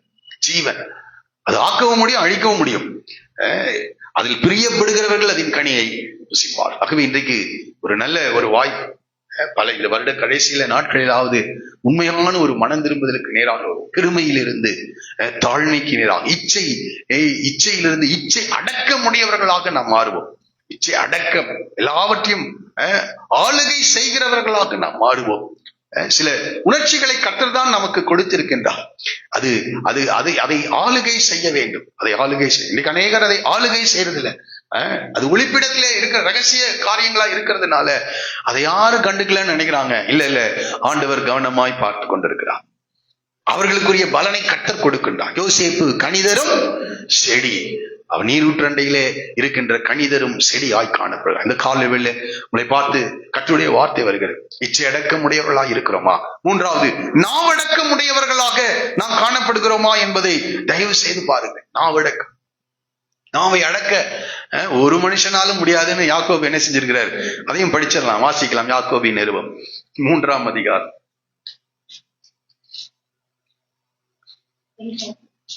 8வது வசனத்திலிருந்து வாசிக்கலாம். நாவை அடக்க ஒரு மனுஷனாலும் கூடாது. இப்படி சொல்லிட்டதுனால என்ன செய்யணுமா? நாம எப்படி வேணா பேசணும். மனம் யாருன்னா மனம் திரும்பாதவர்களுக்கு அப்படி அந்த வார்த்தை பொருந்தும். மனம் திரும்ப, ஆனால் மனம் திரும்புகிறவர்களுக்கு ஒருவன் சொல் தவறாதவன் ஆனால் அவன் எப்படி இருக்கானா? பூரண புருஷன். சரி, இப்பொழுது வாசிக்கலாம். நாவை அடக்க ஒரு மனுஷனாலும் கூடாது, அது அடங்காத பொல்லாங்குள்ளதும். நாம என்ன நினைக்கிறோம்? அந்த விரியன் பாம்பு தான் ரொம்ப விஷம், நாகப்பாம்பு தான் விஷம் நினைக்கிறோம். ஆனா எதுதான் விஷமா? நாவுதான் விஷம். அது எப்படிப்பட்ட விஷம்? சாவுக்கேதுவான விஷம் நிறைந்ததா இருக்கிறது. சாவுக்கேதுவான விஷம். பெரிய ஒரு நபரா இருப்பாங்க, யாராவது ஒரு சின்ன வார்த்தை அவளை காயப்படுத்திச்சுன்னா அப்படியே அவங்க இருதயமே உடைந்து அவங்க கண்ணுல இருந்து என்ன செஞ்சிடும்? வந்துடும். அவங்கள அடிச்சா கூட அழுக மாட்டாங்க, ஆனா ஒரு வார்த்தை அவர்களுடைய இருதயத்தை என்ன செஞ்சிடும்? உடைத்து விடுகிறதா இருக்கு. அதனால்தான் திருவள்ளுவர் ஒரு திருக்குறள் சொன்னார், நாவினால் சுட்ட புண் இல்ல, தீயினால் சுட்ட புண் உள்ளாரும் ஆறாதே நாவினால் சுட்டவடு. அவருக்கு கூட அது தெரிஞ்சிருக்கு. வார்த்தை அது விஷம் நிறைந்ததாக காணப்படுகிறது. தொடர்ந்து படிப்போம். அதனாலே நாம் பிதாவாகிய தேவனை துதிக்கிறோம். நம்ம அடிக்கடி என்ன செய்யறோம்? இடைவிடாமல் ஸ்தோத்திரம் பண்ணுகிறோம். ஆண்டவரை நம்ம துதிக்கிறோம். அதே வாய், அதே நாவுதான் தேவனுடைய சாயலின்படி உண்டாக்கப்பட்ட மனுஷனை அதனாலேயே என்ன செய்யறோம்? சபிக்கிறோம். ஆசீர்வதிக்கிறதுக்கு தான் கட்டளை பெற்றிருக்கிறோம். நல்லா புரிந்து கொள்ளுங்க, ஆசீர்வதிக்க தான் கட்டளை பெற்றிருக்கோம். ஆகவே ஆண்டவரை துதிக்கிற அதே வாய் தேவ சாயலில் உருவாக்கப்பட்ட இன்னொரு மனிதனை நம்ம இன்னும் படிக்க போறோம், என்னென்னலாம் நம்ம பேசுறோம். அதே வாயினாலே நாம் அவர்களை என்ன செய்கிறோம்? சபிக்கிறோம். சில நேரத்துல இப்படியே சொல்றோம், நான் சொன்னா நடந்துரும் அப்படின்னு வேற நம்ம பயமுறுத்துறோம். நான் சொன்னா என்ன செஞ்சிடும்? நடந்துரும் அப்படின்னு சொல்றோம். பாருங்க, அடுத்தது சொல்றாரு, துதித்தலும் சபித்தலும் ஒரே வாயிலிருந்து புறப்படுகிறது. என் சகோதரரே இப்படி இருக்கலாம். அப்ப பாருங்க, இங்க என்ன சொல்றாரு? நாவை அடக்க ஒரு மனுஷனாலும் கூடாதுன்னு சொல்லிடுறாருல்ல, அப்ப விட்டுட்டு போக வேண்டியதானே? இது யாருக்கும் அடங்காதுங்க. அதுக்குதான் சொல்றாங்க, இந்த நாக்கை எங்க வச்சிருக்கிறாருன்னா 32 பல்லு காவலாளிகள் வச்சிருக்கிறார். 32 பல்லு. அந்த பல்லுக்கு பின்னாடி கொண்டு போய் எதை வச்சிருக்கிறாரு? அதுக்கு முன்னாடி ஒரு உதடுகளை என்ன செஞ்சிருக்கிறார்? வைத்திருக்கிறார். ஆனாலும் அது என்ன செய்ய மாட்டேன்னு, அது அடங்க மாட்டேன்னு. அதான் சொல்ற, ஒரே ஊற்றிலிருந்து தித்திப்பும் கசப்புமான தண்ணீர் சுரக்குமா? இது ஊற்றுக்கு ஒப்பாக சொல்லப்பட்டிருக்கு. ஒரு ஊட்டுல ஒரே டேஸ்டான தண்ணி தான் என்ன செய்யும்? வரும். இந்த சைடு கசப்பான தண்ணி, இந்த சைடு இனிப்பான தண்ணி, அப்படி எல்லாம் வர ஒரு ஊற்றிலிருந்து. அதான் சொல்ற, என் சகோதரரே அத்தி மரம் ஒலிவ பழங்களையும் திராட்சை செடி அத்தி பழங்களையும் கொடுக்குமோ? அப்படியே உவர்ப்பான நீரூற்று தித்திப்பான ஜலத்தை கொடுக்கும். அப்ப இதுல என்ன புரிந்து கொண்டேன் என்றால், உள்ளத்தின் நிறைவினால் தான் என்ன செய்யும்? வாய் பேசும். உள்ளத்துல ஏதோ ஸ்டஃப் இருக்குது. அது அந்த கோபம் வருகிற நேரத்துல அது அந்த சூழ்நிலைகளை மாற்றி அமையும் போது உள்ளத்திலிருந்து என்ன செய்யுது? அப்படியே ஊட்டிலிருந்து புறப்படுகிறது போல. அது நல்ல தனியா காரியங்கள் நம்ம அடக்கி வைத்திருப்போம் என்றால் அந்த நேரத்துல நல்ல வார்த்தைகள் தான் வரும். ஆனா சில காரியங்கள், தேவையற்ற காரியங்கள் நம்முடைய இருதயத்துல இருக்கும் என்றால் அந்த நேரத்துல அதுதான் என்ன செய்யும்? அதான் சொல்லுவாங்க, சட்டியில் இருக்கிறது தான் அகப்பையில வரும் என்று. உள்ளத்தின் நிறைவினால் வாய் பேசும். நன்றாய் புரிந்து. ஆகவே மனம் திரும்புகிறவர்களாக காணப்படுவேன். மனம் திரும்புகிறவர்கள் நாவடக்கம் உடையவர்களாக அவர்கள் காணப்படுவார்கள் என்று நாம் படிக்கிறோம். நாவடக்கம். அப்போ மனம் திரும்புகிற ஒரு கனி கொடுக்கிறவர்களா இருக்க வேண்டும். இன்னும் சில வசனங்களை இதற்காக நான் கொண்டு வந்திருக்கேன், வாசிக்கலாம். இன்னொரு இடத்துல இது புரிந்து கொள்வீர்கள் என்று நம்புகிறேன். வாசிக்கலாம். ஓசியா தீர்க்கதரிசன புத்தகம் 14வது அதிகாரம். ஓசியா தீர்க்கதரிசன புத்தகம் 14வது அதிகாரம் 1-2 வசனங்களை தயவு செய்து வாசிக்கலாம். இஸ்ரவேலே உன் தேவனாகிய கர்த்தரிடத்தில் மனம் திரும்பு.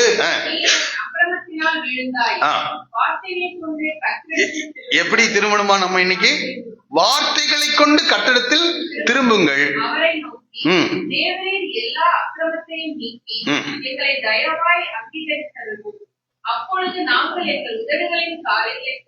நாங்கள் எதை செலுத்துவோம்?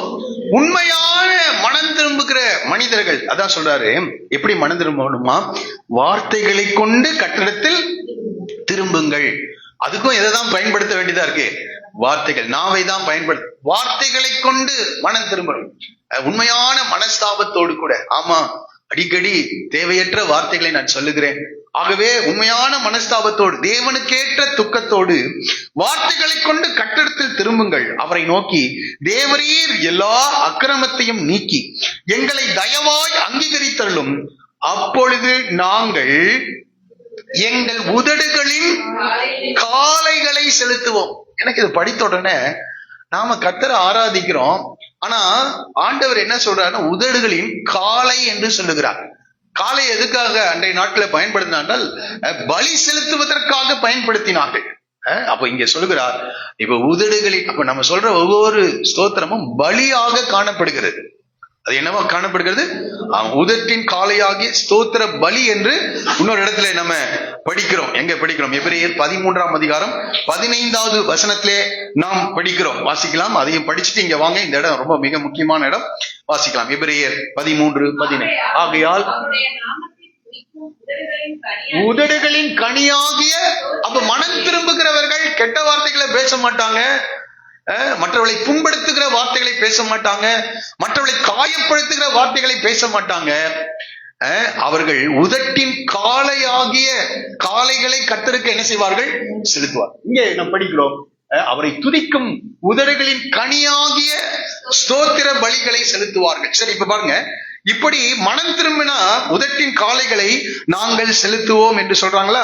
இப்ப பாருங்க, இப்படி யாரெல்லாம் மனம் திரும்பி இருக்கிறார்களோ அவருடைய வாழ்க்கையில் 5வது வசனம் சொல்லுகிறது, அவர்களுக்கு சொல்லுகிறார், நான் இஸ்ரவேலுக்கு பனியை போல இருப்பேன், அவன் லீலி புஷ்பத்தை போல மலருவான், லீபனோனை போல வேரூன்றி நிற்பான். அடுத்த வசனத்தை கூட வாசிங்க.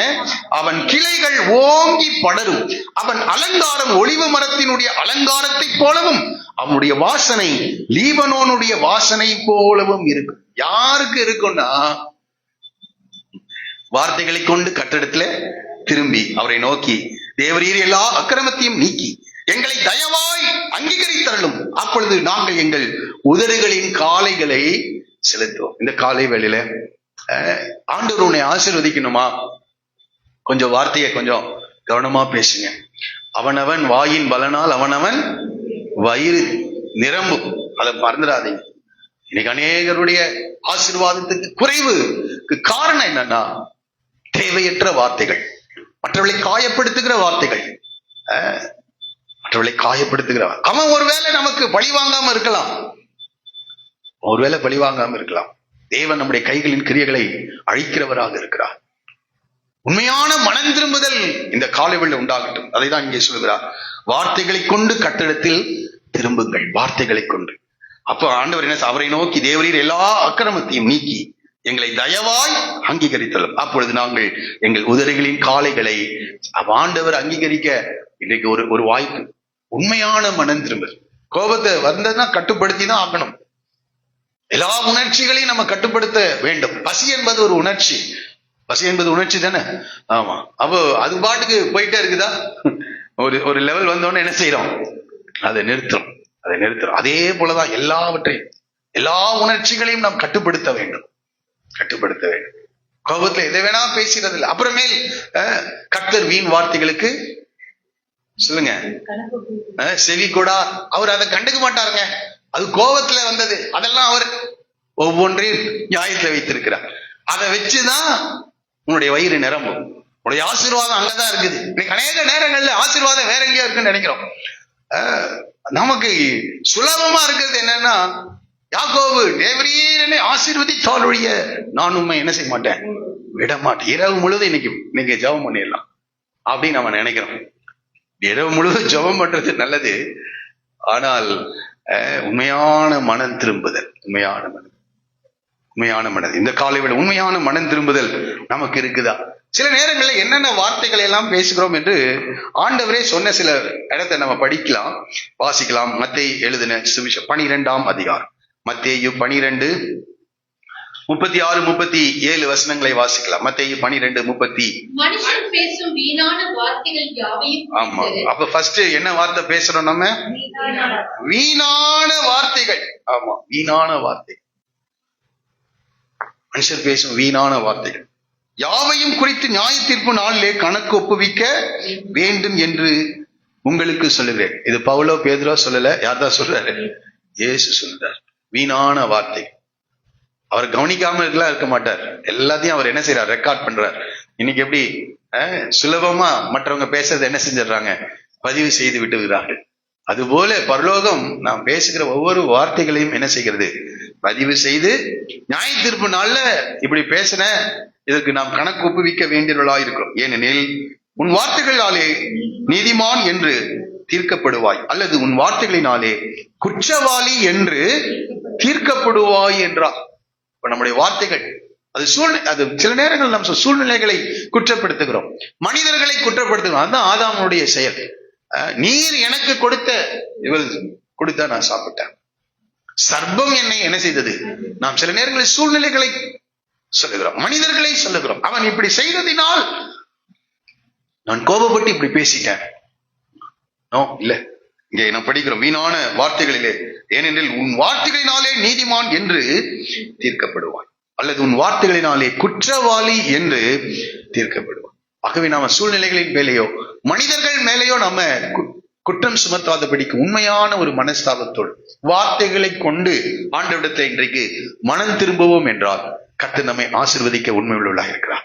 இந்த வருட கடைசி நாட்களிலே தாழ்மையா இருக்கிறோமா என்று தயவு செய்து நம்மை ஆராய்ந்து பார்ப்போம். இச்சை அடக்கமுடையவர்களா இருக்கிறோமா என்பதை ஆராய்ந்து பார்ப்போம். நாவடக்கம் உடையவர்களா இருக்கிறோமா என்று ஆராய்ந்து பார்ப்போம். இன்னும் சில வார்த்தைகளை நாம் படிக்கலாம். மத்தேயு சுவிசேஷம் 7ஆம் அதிகாரம் 1-2 வசனங்கள். நீங்கள் குற்றவாளிகள் என்று தீர்க்கப்படாதபடிக்கு மற்றவர்களை குற்றவாளிகள் என்று தீர்க்காதிருங்கள். இது எப்படி இது பாருங்க. பல நேரத்துல மற்றவருடைய குற்றங்களை அப்படியே நம்ம கண்ணுக்கு எப்படி இருக்குது, அதுதான் நமக்கு தெரியும். இந்த அறையில அநேக நல்ல காரியங்கள் இருக்கு, ஆனா நம்ம அப்படி ஒரு பார்வை பார்த்தா எங்கெல்லாம் வெடிச்சிருக்குதோ எங்கெல்லாம் அதுதான் நம்ம கண்ணுக்கு தெரிய செய்யுது. சரிங்க, அதை நம்ம சொல்லுகிறவர்களா இன்னைக்கு அநேக நேரங்களிலே மற்ற இடத்தில் இருக்கிற நல்ல காரியங்களை நாம் சொல்ல தவறுகிறவர்களா இருக்கிறோம், ஆனால் மற்றவர்களை குற்றப்படுத்துகிறவர்களா இருக்கிறோம். நீங்கள் குற்றவாளிகள் என்று தீர்க்கப்படாதபடிக்கு நீங்கள் மற்றவர்களை குற்றவாளிகள் என்று தீர்த்தால் தேவன் நம்மை குற்றவாளிகள் என்று என்ன செய்கிறார்? ஏனெனில் நீங்கள் மற்றவர்களை தீர்க்கிற தீர்ப்பின்படியே நீங்களும் தீர்க்கப்படுவீர்கள். நீங்கள் மற்றவர்களுக்கு அளக்கிற அளவின்படியே உங்களுக்கும் அளக்கப்படும். சில பொறுப்புகளில இருக்கிற ஒரு மனிதர்களுக்கு அந்த வேலை இருக்கு. இப்ப பெற்றோர் இருக்கிறாங்க, அவங்க பிள்ளைகள் தப்பு செய்யறத அந்த குற்றத்தை சுட்டி காட்டுவது தப்புன்னு சொல்ல முடியாது. ஏனென்றால் அவர்களுக்கு என்ன இருக்குது? பெற்றோருக்கு பிள்ளைகளுடைய குற்றத்தை சுட்டி காட்டுவது அது அது அது அது அது பொறுப்பை கற்றுக் கொடுத்திருக்கிறார். அப்ப ஊழியர்களுக்கு இருக்கிறது. நம்மளை நியாயாதிபதியாக நியமித்திருந்தா அவங்க கண்டிப்பா என்ன செய்யணும்? எது குற்றம் எது குற்றம் இல்லைன்னு சில பொறுப்புகளில் இருக்கு. அதே போல சில அதிகாரத்திலே கட்டர் வைத்திருக்கிறவர்கள், இந்த பகுதியில் இருக்கிறவர்கள் அதை செய்யலாம். ஆனால் நீங்கள் பொதுவாக ஆண்டவர் சொல்லுகிறார், நீங்கள் குற்றவாளிகள் என்று தீர்க்கப்படாதபடிக்கு மற்றவர்களை குற்றவாளிகள் என்று தீர்க்காதிருங்கள். எனக்கு அநேக நேரங்களிலே நாம் குற்றவாளிகளாக நம்ம தேவ சமூகத்திலே மணிக்கணக்காய் ஜெபிக்கிறோம், ஆராதிக்கிறோம், எல்லாம் செய்யறோம், ஆனா வார்த்தை சரியில்லை. மற்றவர்களை குற்றவாளிகளாக தீர்த்து கொண்டிருக்கிறோம், மற்றவர்களை நியாயம் தீர்க்கிறோம். ஆமா, மற்றவர்களை நியாயம் தீர்த்து குற்றவாளி கூண்டிலே என்ன செஞ்சிடும்? நிறுத்திடும். முடிஞ்சா தண்டனை கொடுத்துடலாம், அந்த அதிகாரம் இருந்தது இல்லை நமக்கு. அப்படி நாம் செய்கிறவர்களாக காணணும். நீங்கள் எந்த அளவின்படி அளக்கிறீர்களோ, என் வாழ்க்கையில் அநேக தருணங்களை அதை பார்த்து அநேக நபர்களுடைய வாழ்க்கையில நான் பார்த்திருக்கிறேன். எந்த அளவின்படி மற்றவருடைய பிரச்சனையில எந்த அளவின்படி அளக்கிறோமோ அதே போல அது உடனே வராது, சில ஆண்டுகள் ஆகும். சில என்னுடைய நண்பனுடைய வாழ்க்கையில சில 10 ஆண்டுகள் ஆனது.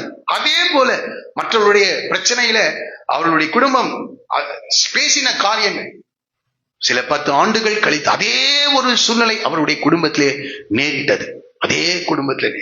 எனக்கு கேட்கிறேன், இன்னும் அதை வெளிப்படையா சொல்லலாம், நான் தேவையில்லைன்னு நினைக்கிறேன். எந்த அளவின்படி அளக்கிறோமோ தேவன் அதை எல்லாவற்றையும் கணக்கில் வைத்திருக்கிறார், பதிவு செய்து வைத்துக் கொண்டிருக்கிறார்.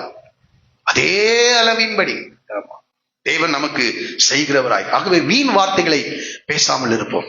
மற்றவர்களை குற்றப்படுத்துகின்ற நியாயம் தீர்க்கும் வார்த்தைகளை நாம் பேசாமல் இருப்போம். அது மாத்திரமல்ல, 5ஆம் அதிகாரம் 22வது வசனம். நான் உங்களுக்கு சொல்லுகிறேன், தன் சகோதரனை நியாயம் இல்லாமல் கோபித்துக் கொள்கிறவன் நியாய தீர்ப்புக்கு நியாயம் இருக்கணும். கோபத்துல கூட சில காரியங்கள் நியாயம். தன் சகோதரனை வீணன் என்று சொல்லுகிறவன் வீணன், அவன் வேஸ்ட்டுங்க இப்படி சொல்றோம்ல. ஆலோசனை சங்க தீர்ப்புக்கு ஏதுவாயிருப்பான். மூடனே என்று சொல்லுகிறவன் எரி நரகத்திற்கு. அவதூறான வார்த்தைகள். என்ன வார்த்தைகள் இது? மற்றவர்களை அவதூறுபடுத்துகிற வார்த்தைகள், வீணான வார்த்தைகள், மற்றவர்களை நியாயம் தீர்க்கிற வார்த்தைகள், மற்றவர்களை அவதூறான வார்த்தைகள், அவளை அவமரியாதை செய்யும் வார்த்தைகள். அவமரியாதை எல்லாருக்குமே அந்த சுய கௌரவம் என்று இருக்குது. ஆமா, செல்ஃப் ரெஸ்பெக்ட் எல்லாருக்கும் இருக்குது. அந்த தன்மானம் என்கின்ற காரியத்தை ஒருவர் தொடும்போது ரொம்ப வலிக்கும். ஆனா இங்கே நாம் படிக்கிறோம், சில நேரங்களிலே மற்றவருடைய அந்த அந்த தன்மானத்தை தொடுகிறவர்களாக இருக்கிறோம், அவதூறுபடுத்துகிறவர்களாக இருக்கிறோம். நம்முடைய வார்த்தை அவதூறுபடுத்துகிறதா இருக்கிறது. அடுத்ததாக எபேசியர் 4:25 வசனத்தை எடுத்துக்கொள்ளுங்கள். எபேசியர் 4:25. அன்றியும் நாம் ஒருவருக்கொருவர் அவயவங்களாய் இருக்கிறபடியால் பொய்யை களைந்து. ஆமா, அப்ப உண்மையான பொய் பேசுகிற வார்த்தை, பொய்யான வார்த்தைகள், பொய்யான வார்த்தைகள், பொய்யான வார்த்தைகள். சில நேரங்கள்ல இந்த பொய் எப்படின்னா மிகைப்படுத்தப்பட்ட வார்த்தைகளாக காணப்படுகிறது. என்ன வார்த்தை? ஆமா, 1:9 சொல்றாங்கன்னு இல்லைங்களே, அந்த மாதிரி. ஆமா, மிகைப்படுத்தப்பட்ட வார்த்தைகள் தான் இங்க மறுபடியும் வாசிக்கலாம். அன்றியும் நாம் ஒருவருக்கொருவர் அவயவங்களா இருக்கிறபடியால் பொய்யை களைந்து அவனவன் பிறனுடனே மெய்யை பேச கடவன், உண்மையை பேச கடவன் என்று சொல்கிறார். இன்னொரு காரியத்தை கூட படிக்கலாம். யாக்கோபின் நிருபம் 3ஆம் அதிகாரம் 5-6 வசனங்கள். அப்படியே சிறிய அவயவமாயிரும். நாவு எவ்வளவு பெரிய, இந்த கை எவ்வளவு பிரிச்சிருக்கு பாருங்க. ஆனா நாக்கு ரொம்ப சின்னது. நாவும் இருந்தும் எதை பேசும்? பெருமையானவைகளை பேசும். ஆமா, ரொம்ப தங்களை குறித்து அப்படியே பயங்கரமா பேசும், பெருமையானவர்களை பேசும். பாருங்கள், சிறிய நெருப்பு எவ்வளவு பெரிய காட்டை கொளுத்தி விடுகிறது. நாவும் என்ன செய்யுது? நெருப்பு தான். எங்கேயாவது போய் பத்த வச்சுட்டு வந்துடும், அது அங்க பூகம்பமா என்ன செய்யுது? எரிகிறது. வேண்டும்னு தான் பண்ணிட்டு வந்தாங்க நாங்க. இந்த காரியத்தை சொல்லிட்டு வந்துடும். நாவும் நெருப்பு தான். தீப்பெட்டி எடுத்துட்டு போய் அங்க பத்த வைக்க வேண்டாம், லைட்ல எடுத்து பத்த வைக்க வேண்டாம். ஏதாவது ஒரு வார்த்தையை சொல்லி என்ன செஞ்சிருது? அங்க ஒரு காரியத்தை உருவாக்கி. நாவும் நெருப்பு தான், அது அநீதி நிறைந்த நம்முடைய அவயவங்களில் நாவானது முழு சரீரத்தையும் கரைப்படுத்தி ஆயுள் சக்கரத்தை கொளுத்தி விடுகிறதா இருக்கும், நரக அக்கினியினால் கொளுத்தப்படுகிறதாயும் இருக்கும் என்று சொல்லப்படுகிறது. ஆகவே நாவை குறித்து நாம் எச்சரிக்கையா இருப்போம். வீணான வார்த்தைகள், மற்றவர்களை நியாயம் தீர்க்கின்ற வார்த்தைகள். நமக்கு அந்த அந்த அந்த நிலையில கர்த்தர் வச்சிருந்தா ஓகே. அதுவும் குற்றப்படுத்துகிற நேரில் அவங்களை சரிப்படுத்துகின்ற நோக்கில தான் அதை செய்யணுமா. அதை மத்தேயு 7 அதை நாம் படிக்கிறோம். இருக்கட்டும். அடுத்தது அவதூறுபடுத்துகிற, அவமரியாதை செய்கின்ற வார்த்தைகள். அது யாரா வேணா இருக்கலாம், நம்ம விட வயதில் குறைந்தவர்களாக கூட இருக்கலாம். மரியாதையோடு கூட மற்றவர்களை நாம் பேசுவோம். பொய்யான மிகைப்படுத்தப்பட்ட வார்த்தைகள்.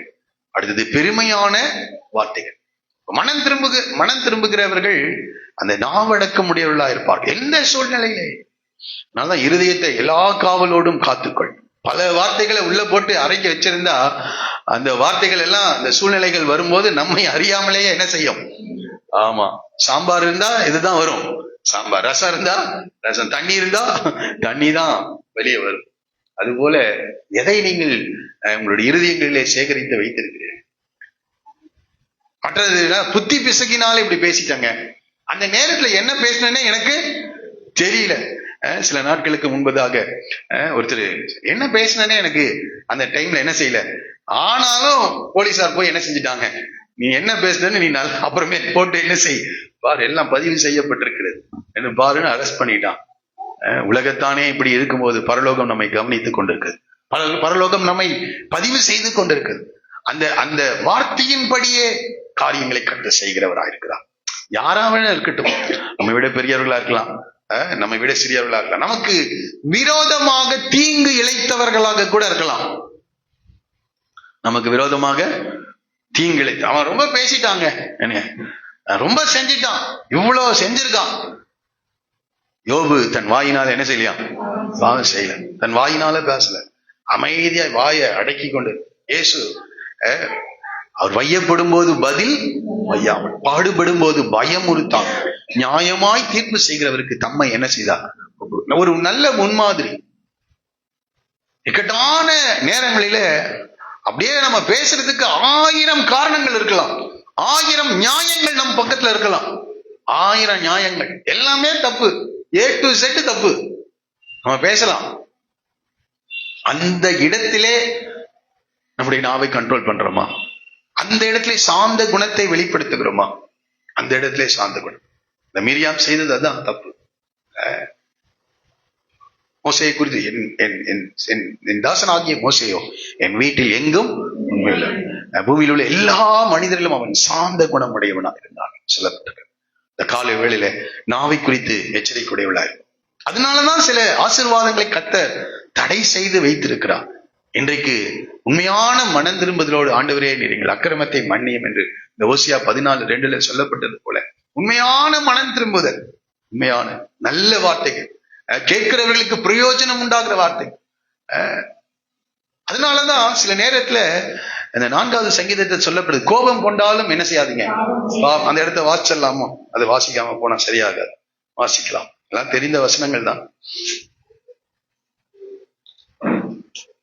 4ஆம் சங்கீதம் 4வது வசனம், கோபம் கொண்டாலும் ஆமா உங்கள் படுக்கையிலே உங்கள் இருதயத்திலே பேசிக்கொண்டு அமர்ந்திருங்கள். படுக்கையிலே உங்கள் இருதயத்திலே, படுக்கைக்கு போயிட்டும் உங்க வாயில பேசுனீங்கன்னா அப்புறம் அங்கேயும் வந்து விழுவும்.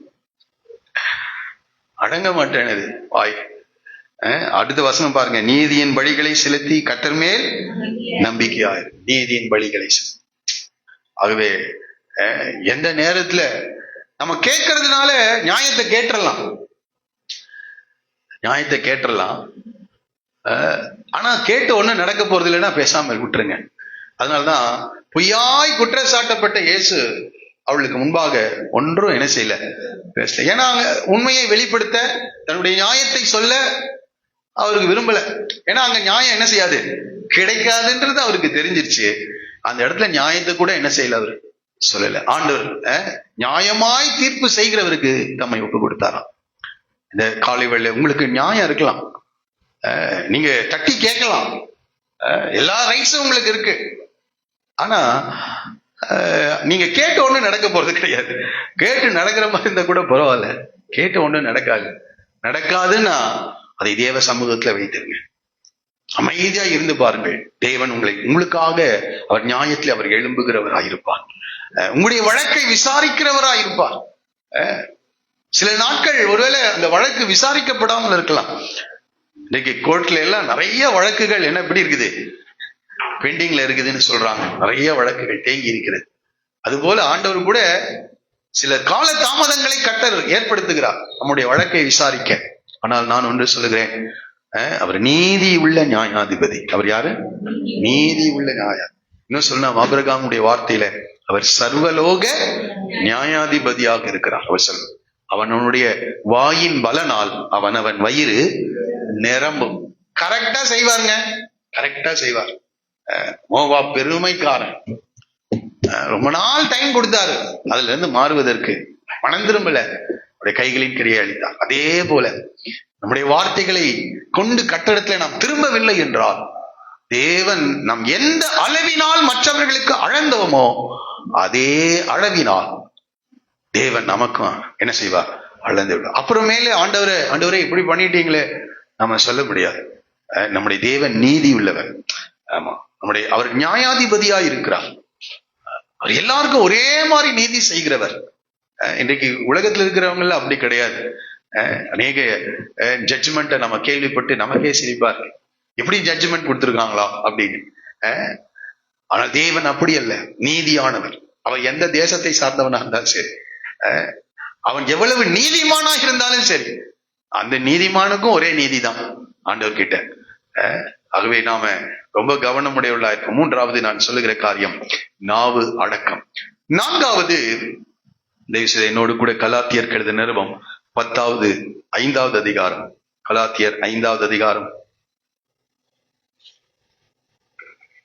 19வது வசனத்திலிருந்து 21வது வசனம் வரைக்கும் வாசிக்கலாம்.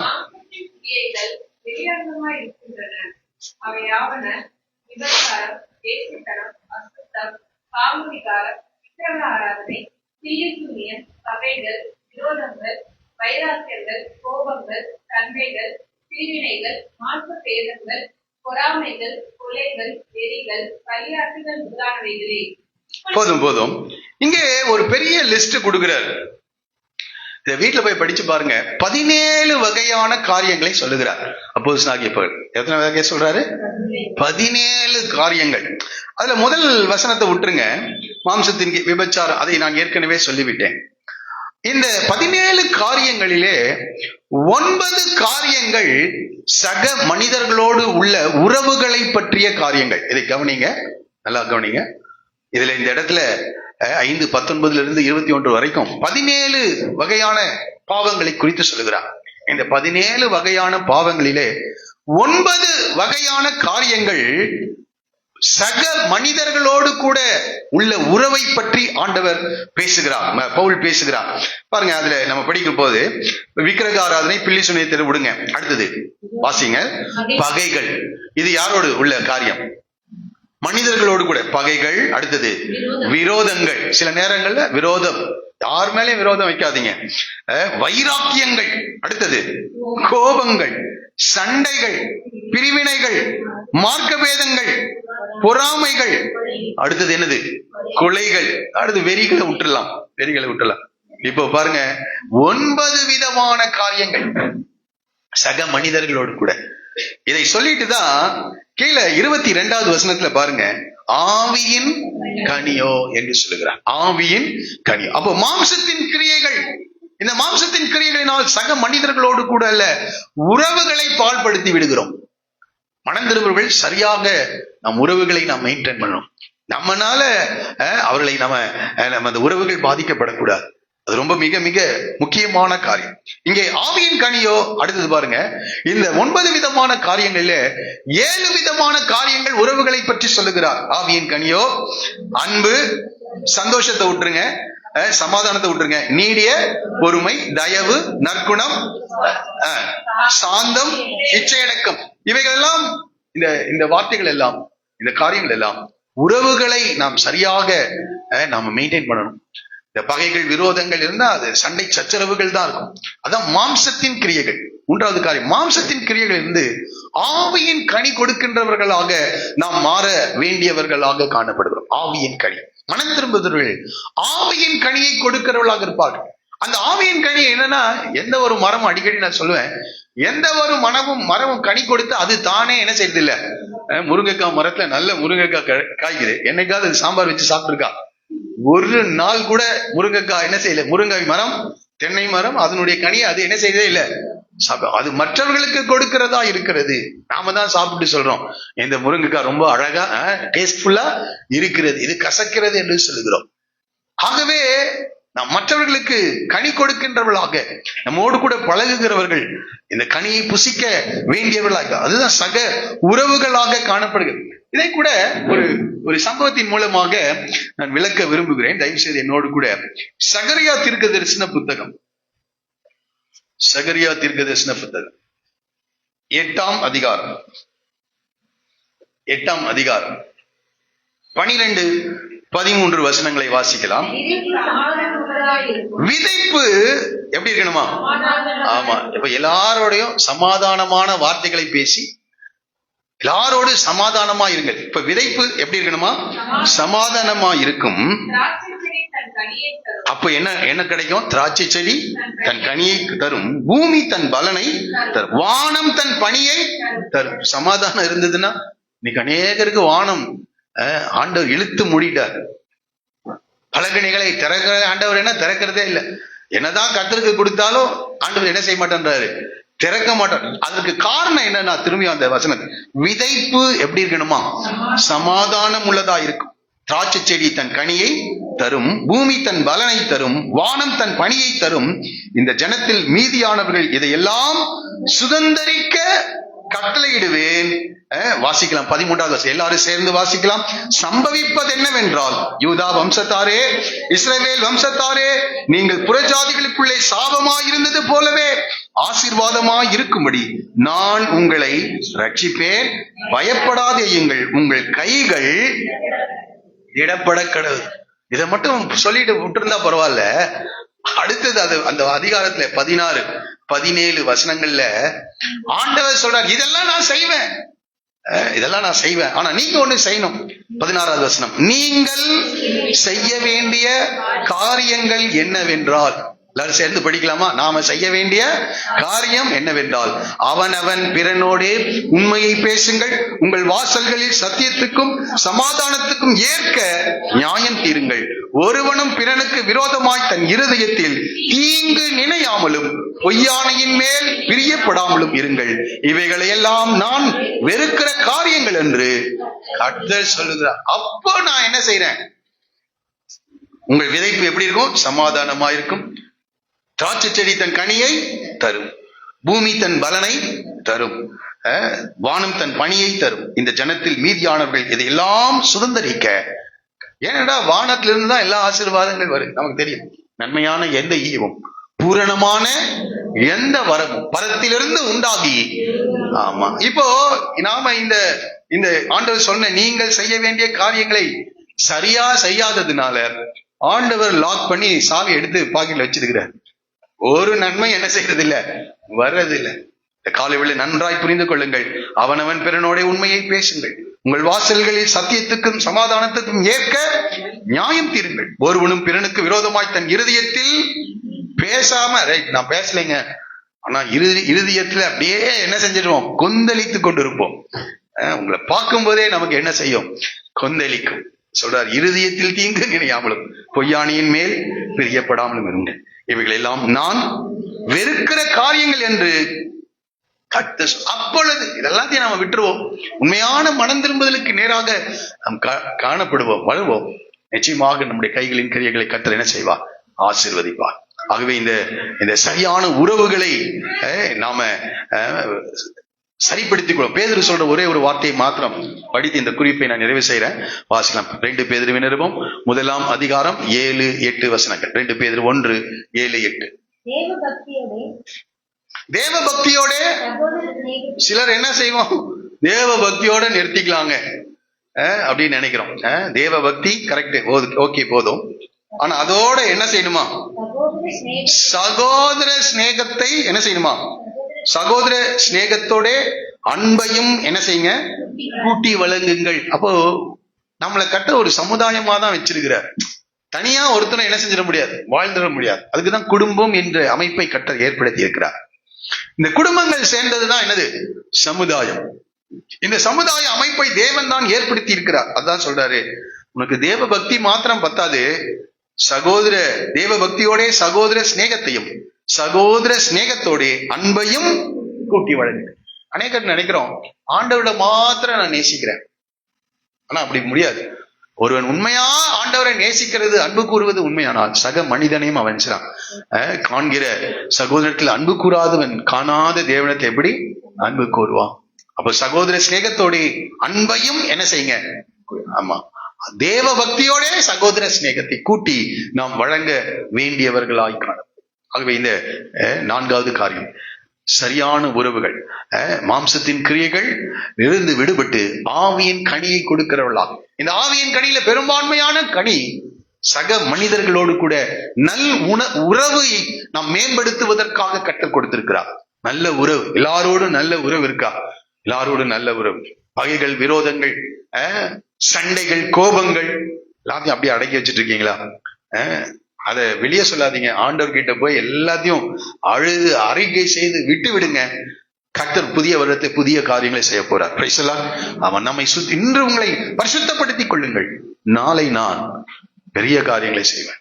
இந்த அநேகருடைய வாழ்க்கையில இப்படிப்பட்ட மனம் திரும்புதல் இல்லை. பொதுவா மனம் திரும்பி இருக்கோம், விக்கிரகங்கள் இருந்து மனம் திரும்பி இருக்கிறோம், அந்நிய தெய்வ வழிபாட்டிலிருந்து மனம் திரும்பி இருக்கிறோம்.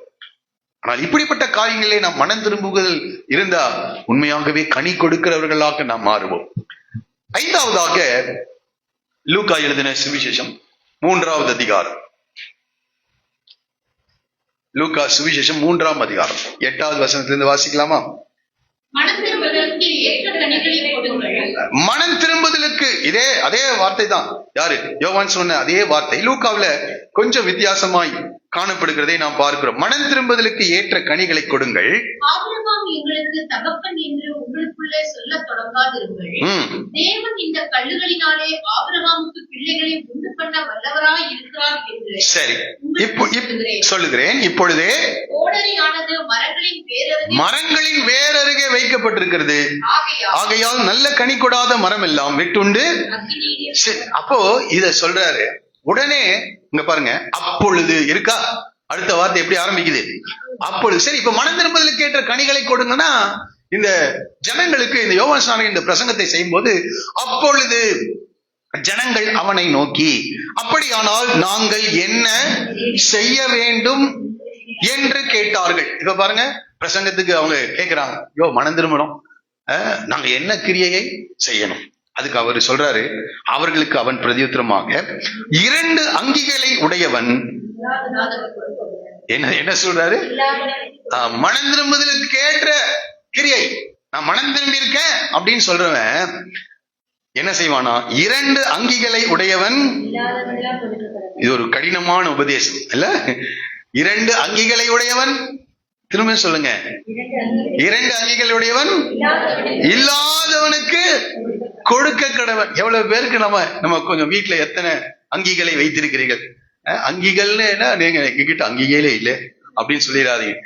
எல்லார்கிட்டையும் புடவைகள் இருக்கிறது, அங்கி மாதிரி சுடிதார்கள் இருக்கிறது, அங்கி மாதிரி சட்டைகள் பேண்ட்டுகள் எல்லாம் என்ன செய்யுது இருக்கிறது. இருக்குதா இல்லையா? எதை போடுறதுன்னு தெரியல, அப்படித்தானே? அந்த பீரோவை திறந்து வச்சுட்டு யோசிச்சுட்டு இருப்போம். சிலர் இது யோசிக்கிறதுக்கு நேரம் ஆகுறதுனால நைட்டே என்ன செஞ்சிடறாங்க, நாளைக்கு என்னென்னலாம் உடுத்தணுமோ அதை என்ன செய்யறாங்க, அதுல செலக்ட் பண்றதுக்கு சிலர் சொல்லி கேட்டிருக்கேன், என்ன குழம்பு வைக்கிறதுன்னு தெரியல அப்படின்னு.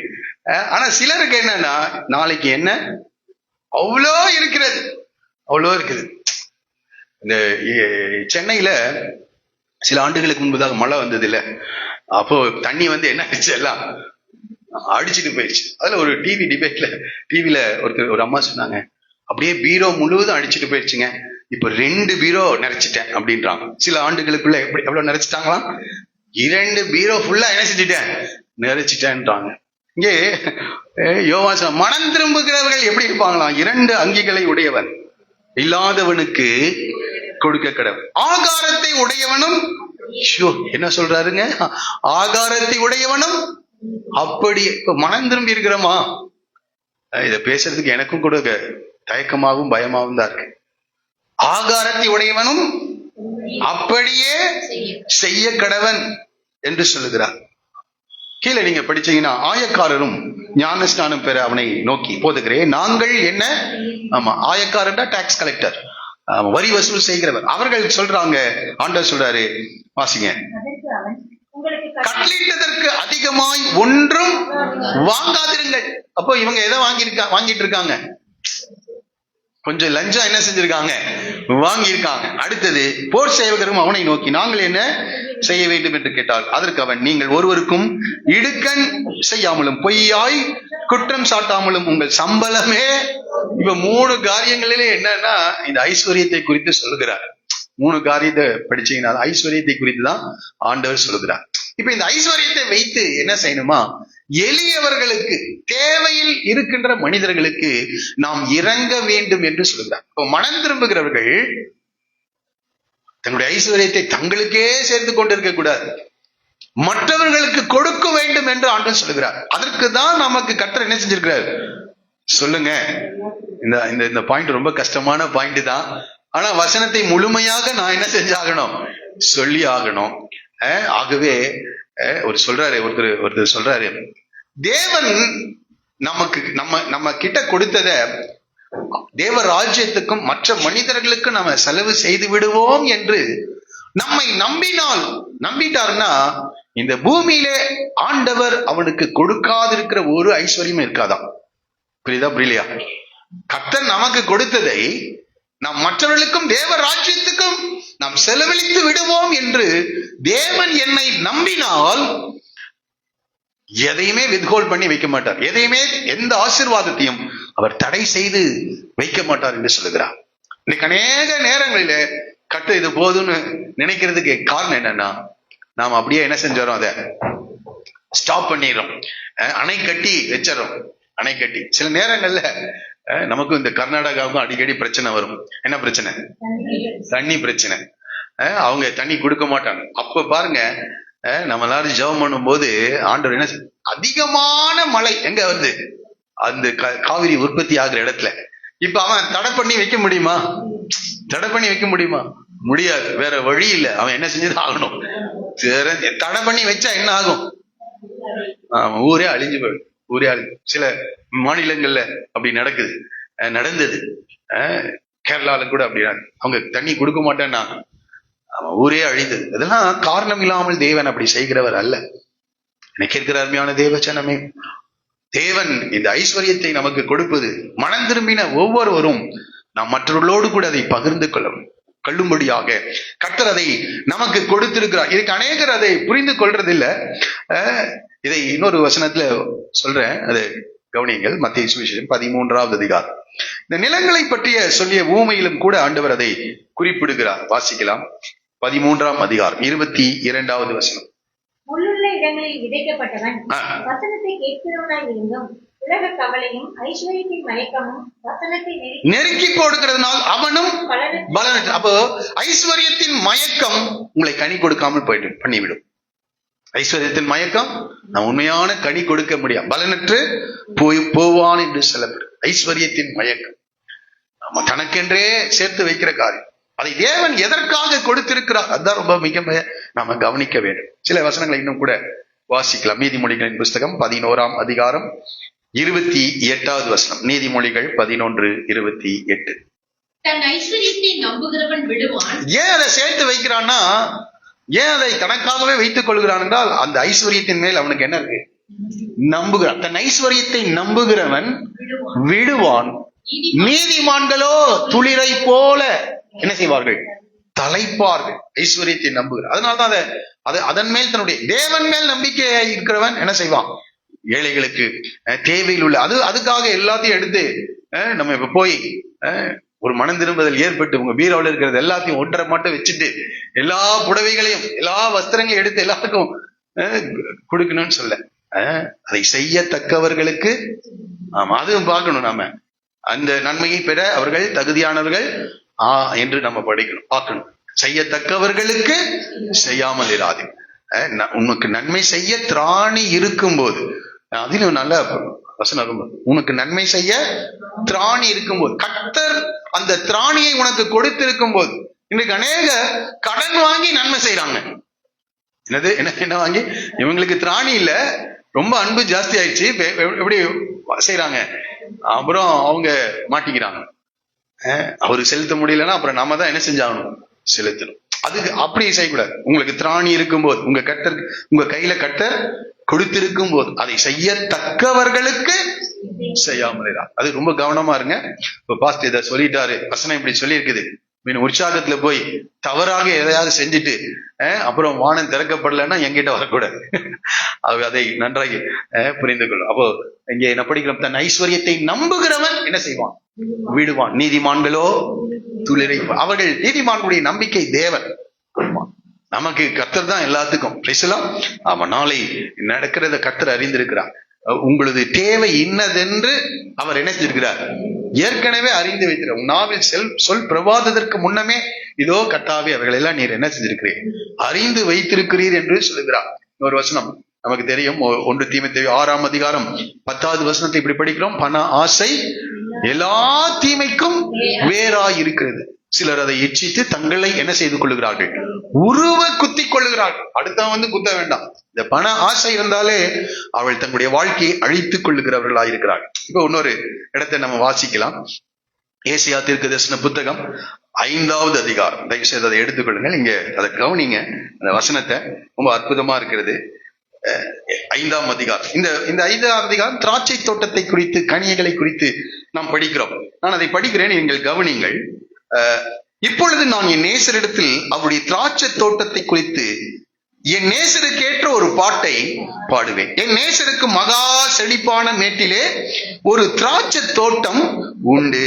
அவர் அதை வேலி அடைத்து அதில் உள்ள கற்களை பொறுக்கி அதிலே நற்குல திராட்சை செடிகளை நட்டு அதன் நடுவில் ஒரு கோபுரத்தை கட்டி அதில் ஆலையையும் உண்டு பண்ணி அது நல்ல திராட்சை பழங்களை தரும் என்று காத்திருந்தார். அதுவோ கசப்பான பழங்களை, பாருங்க, ஆண்டவருக்கு நல்ல அது என்ன செழிப்பான ஒரு இடத்துல ஒரு திராட்சை தோட்டம் இருந்துச்சான். அதை வேலி அடைத்து கற்களை எல்லாம் பிடுங்கி எடுத்து அதை ஒரு நல்ல ஒரு திராட்சை தோட்டமாக உருவாக்கி அது எந்த திராட்சை இதை வைக்கிறார்னா நற்குல திராட்சை செடிகளை நல்ல நாற்றை அங்கே நடுகிறார். நட்டுட்டு அது நல்ல பழங்களை தரும் என்று என்ன செய்தார்? காத்திருந்தார். அதுவோ கசப்பான பழங்களை தந்தது. அதுக்கு காரணம் என்னன்னா, இந்த வசனத்தை அப்படியே தொடர்ந்து வாசிச்சுட்டு இருந்தீங்கன்னா 8வது வசனம், தாங்கள் மாத்திரம் தேசத்தின் நடுவில் வாசமா இருக்கும்படி மற்றவர்களுக்கு இடமில்லாமல் போகும் மட்டும் வீட்டை சேர்த்து வயலை கூட்டுகிறவர்களுக்கு ஐயோ. இது ஏன் இந்த நற்குல திராட்சை செடி தான், செழிப்பான பூமி தான், ஏன் அது கனி கொடுக்கலன்னா இந்த பண ஆசை அதுக்குள்ள இருக்குது. அதனால அது கனி கொடுக்க முடியாமல் போயிட்டு, தாங்கள் மாத்திரமே இருக்கணும் அப்படின்னு அவங்க எல்லா செல்வத்தையும் அவர்களே என்ன செய்து கொள்கிறார்கள்? வைத்துக் கொள்கிறார்கள். அதை மற்றவர்களோடு கூட பங்கிடவில்லை. ஆகவே கர்த்தர் என்ன செய்கிறார்? அந்த இடத்துல சொல்லுகிறாரு, அது கசப்பான கனிகளை அது என்ன செய்ததாம்? கொடுத்தது. ஆகவே இப்பொழுது நாம் என்ன செய்யணும்? அதுதான் ரொம்ப என்னுடைய செய்தியை நான் நிறைவு செய்கிறேன். நாம் என்ன செய்யணும்? மனம் திரும்பணும். இந்த மனம் திரும்புதல் எங்கே ஆரம்பிக்க வேண்டும் என்றால் அதை 2 இடத்துல நான் சொல்ல விரும்புகிறேன். ரோமர் நிருபம் 11ஆம் அதிகாரம் 16வது வசனம். எங்கே மனம் திரும்புதுன்னா பாருங்க, ரோமர் 11:16. பரிசுத்தமாயிருந்தால் பிசைந்தமா முழுவதும் பரிசுத்தமாயிருக்கும், வேறானது பரிசுத்தமாயிருந்தால் கிளைகளும் பரிசுத்தமா. வேர் பரிசுத்தமா இருந்தா கிளை பரிசுத்தமா இருக்கும். கிளை பரிசுத்தமா இருந்தா அதுல வருகிற கனிகளும் எப்படி இருக்கும்? நல்ல கனிகளாக காணப்படும். அதனாலதான் சொல்றாரு, வேர் அருகே எதுல வச்சிருக்க? கோடாரிய எங்க ரொம்ப தூரத்துல மற்ற டூல்ஸோட அத வைக்கல, எங்க வச்சிருக்கிறாரு? ஏன்னா பிரச்சனையே எதுதான்? வேர்தான். ஆகவே எதைதான் அடிக்கணும்? வேறதான் சாய்க்கணும். ஆகவே வேற அருகே கோடாரியானது வைக்கப்பட்டிருக்கு. ஆகவே சொல்கிறார், இங்கே நாம் படிக்கிறோம் 16வது வசனத்துல, வேறானது பரிசுத்தமாயிருந்தால் கிளைகளும் எப்படி இருக்குமா? அவன் பரிசுத்தமாயிருக்கும். இன்னொரு நீதிமொழிகள்ல இது எப்படிதான் ஆண்டவர் இப்படி சாலமோனுக்கு ஞானத்தை கொடுத்தாருன்னு தெரியல. நீதிமொழிகள் 12:12 இப்படி வாசிக்கிறோம். நீதிமொழிகள் 12:12.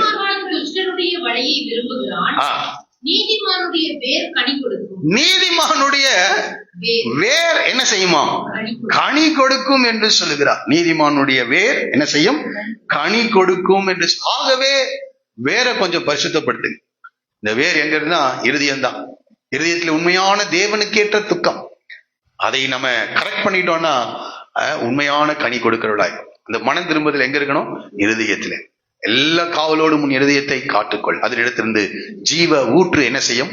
புறப்படும் என்று சொல்லப்பட்டிருக்கிறது. ஆகவேதான் வேர் அருகே கோடாரியை கர்த்தர் வைத்திருக்கார். இன்னொரு காரியத்தை கூட நான் படித்து நான் நிறைவு செய்ய விரும்புகிறேன். உன்னத பாட்டின் புஸ்தகம் 2ஆம் அதிகாரம் 15வது வசனம். உன்னத பாட்டு 2:15. திராட்சை தோட்டங்களை கெடுக்கிற குழி நரிகளையும், திராட்சை தோட்டங்களை கெடுக்கிற குழி நரிகளையும் சிறு நரிகளையும் நமக்கு பிடியுங்கள். நம்முடைய திராட்சை தோட்டங்கள் பூவும் பிஞ்சுமாய். ஆமா, இப்ப சில குழி நரி சிறு நரிகள் எல்லாம் இருக்குது. அதை என்ன செஞ்சிருமா? அது இந்த பலனை என்ன செய்கிறது? அழிக்கின்றதாய். அது என்னன்றத நீங்க தான் கவனிக்கணும். எது சிறு நரி? நம்முடைய ஆவிக்குரிய ஜீவித்தை தடை செய்கின்ற அந்த நரி. சிறு நரிகளையும் குழி நரிகளையும் என்ன செய்யுங்க? விடுங்க. இப்ப பாருங்க, சில இடங்களில இப்ப நரி வர்றது இல்ல, அதுக்கு பதிலாக சில பெரிய பெரிய எலிகள் என்ன செய்யுது, அது எல்லாத்தையும் சாப்பிட்டு போட்டுதுன்னு சொல்றாங்க. அப்ப அதை எல்லாத்தையும் பிடிச்சு அது எல்லாத்தையும் நாம கரெக்ட் பண்ணினோம், நிச்சயமாகவே நல்ல கனி கொடுக்கிறவர்களாக நாம் இருப்போம். மனம் திரும்புதலுக்கு ஏற்ற கனிகளை கொடுக்க. அப்படி கொடுக்கல அப்படின்னா கோடாரியானது மரங்களின் வேர் அருகே. அப்போ நம்ம மனம் திரும்பி இருக்கோம்னு நம்ம நினைக்கிறோம், நடந்திருந்தா நல்லதுதான். ஆனா பெருமையிலிருந்து தாழ்மையான ஒரு அனுபவத்தை உடையவர்களா இருக்கிறோமா? எப்போதும் தாழ்மை. ஆமா, நமக்கு இந்த தாழ்மைக்கு ஒன்று இயேசு முன் உதாரணம். இயேசுதான் உதாரணம். ஆமா, மத்தேயு 11:29 நான் படிக்கணும். நான் சாந்தமும் மனத்தாழ்மையுமா இருக்கிறேன், என் நுகத்தை உங்கள் மேல் ஏற்றுக்கொண்டு என்னிடத்தில் என்ன செய்யுங்கள், கற்றுக்கொள்ளுங்கள். அவை எப்போதும் தாழ்மை உடையவர்களாக, தாழ்மையின் எண்ணங்கள் உடையவர்களாக நாம் இருப்போம். அடுத்தது இச்சை உடையவர்களாக அல்ல, இச்சை அடக்கம் உடையவர்களாக நாம் இருப்போம். அடுத்தது அடங்காத நாவல்ல, அடங்க பிரயோஜனமான காரியங்களை பேசுகின்ற நாவ். மற்ற உறவுகளோடு கூட பகை விரோதங்கள் அல்ல, அன்பை வெளிப்படுத்துகிறவர்களாக, நற்குணத்தை வெளிப்படுத்துகிறவர்களாக, கனி கொடுக்கின்றவர்களாக இருப்போம். அடுத்தது பண ஆசை அற்றவர்களாக நாம் வாழ்வோம். அதற்கு பதிலாக பண ஆசை உள்ளவர்களாய் அல்ல, மற்றவர்கள் மேல் கரிசனை உடையவர்களாக நாம் வாழ்வோம் என்றால் நிச்சயமாகவே பிதா மகிமைப்படுவார். அந்த யோவான் 15ஆம் அதிகாரத்துல அதை மாத்திரம் நாம் பார்த்துட்டு நம்ம அப்படியே நிறைவு செய்யலாம். 15ஆம் அதிகாரம், யோவான் எழுதின சுவிசேஷம் 15வது அதிகாரம். கனி கொடுக்கிறதை பற்றி தான் ஆண்டவர் அங்கே நம்முடைய சீஷர்களோடு கூட பேசுகிறார். 15வது அதிகாரத்துல நான் மெய்யான திராட்சை செடி, நீங்கள் திராட்சை தோட்ட, நான் மெய்யான திராட்சை செடி, என் பிதா திராட்சை தோட்டக்காரர். என்னில் கனி கொடாதிருக்கிற கொடி எதுவோ அதை அவர் அறுத்து போடுகிறார். கனி கொடுக்கிற கொடி எதுவோ அது அதிக கனிகளை கொடுக்கும்படி அதை என்ன செய்கிறார், சுத்தம் பண்ணுகிறார். இப்ப பாருங்க, இது அடுத்த 4வது வசனத்தை, என்னில் நிலைத்திருங்கள் நானும் உங்களில் நிலைத்திருப்பேன். கொடியானது திராட்சை செடியில் நிலைத்திராவிட்டால் அது தானாய் அவ மனம் திரும்பணும், ஆண்டவர்ல நிலைத்திருக்கணும். நிலைத்திருந்தா நாம் கனி கொடுக்கிறவர்களாக இருப்போம். நீங்களும் என்னில் நிலைத்திராவிட்டால் கனி கொடுக்க மாட்டீர்கள் என்று சொல்லுகிறார். அடுத்தது 7வது வசனத்துல, நீங்கள் என்னிலும் என் வார்த்தைகள் உங்களிலும் நிலைத்திருந்தால் நீங்கள் கேட்டுக்கொள்வது எதுவோ அது உங்களுக்கு செய்யப்படும். நீங்கள் மிகுந்த கனிகளை கொடுப்பதினால் என் பிதா என்ன செய்வார், மகிமைப்படுவார், எனக்கும் சிஷ்யராய். ஆகவே ஆண்டவருடைய இந்த திராட்சை செடியிலே நிலைத்திருப்போம். அப்புறம் அதுவும் மாத்திரமில்லை, அவருடைய வார்த்தைகளிலே நாம் ஊன்ற கட்டப்படுவோம். இந்த வார்த்தைகளும் அடுத்தது அவருடைய செடியிலே அவரோடு கூட நிலைத்திருக்கின்ற அனுபவத்திலும் நாம் இருப்போம் என்றால் நிச்சயமாகவே இந்த மனம் திரும்புதலுக்கு ஏற்ற கனிகளை நாம் கொடுப்போம் என்று சொல்லி என் வார்த்தைகளை நிறைவு செய்கிறேன். தயவுசெய்து எல்லாரும் எழுந்து நிற்போம். Praise the Lord.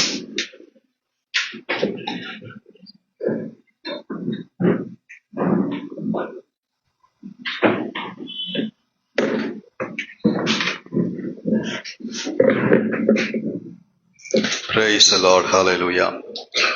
இந்த நல்ல நாளிலே ஒருவேளை இந்த வசனங்கள் எல்லாம் கேட்ட வசனங்களா இருக்கலாம், மனம் திரும்புதலுக்கு ஏற்ற கனிகள். ஆனா இந்த வருட கடைசி நாட்களிலே நாம் கடந்து வந்திருக்கிறோம். இந்த இன்னொரு 15 நாட்கள் தான் இருக்கு இந்த வருடத்தை நம்ம முடிக்கிறதுக்கு. இந்த வருடம் முழுவதும் நம்ம எப்படி நடந்தோம் என்பதை 31ஆம் தேதி போய் ஆராயிறதை விட இன்னைக்கு ஆராயிறது நல்லதுன்னு நினைக்கிறேன். நம்ம பெருமை உடையவர்களாக நாம் இருந்தோமா அல்லது தாழ்மை உடையவர்களாக இருந்தோமா? சகலவிதமான இச்சைகளை நாம் அடக்கி ஆளுகை செய்தோமா என்பதை பாருங்க.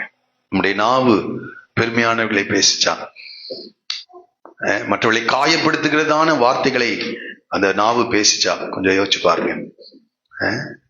வீணான வார்த்தைகளை பேசுகிறது, அவதூறான வார்த்தைகள், பொய்யான மிகைப்படுத்தின வார்த்தைகள், பெருமையான வார்த்தைகள் இவளை பேசிச்சா? நாவை அடக்க ஒரு மனுஷனாலும் கூடாது என்று சொல்லப்பட்டிருக்கிறது. ஆனா தேவனுடைய மனம் திரும்பினவர்களுக்கு நாவு அடங்கும். ஆமா, இயேசுதான் நமக்கு முன்மாதிரி. அவர் வையப்படும் போது பதில் வையாமலும், பாடுபடும் போது பயமுறுத்தாமலும் இருந்தார்.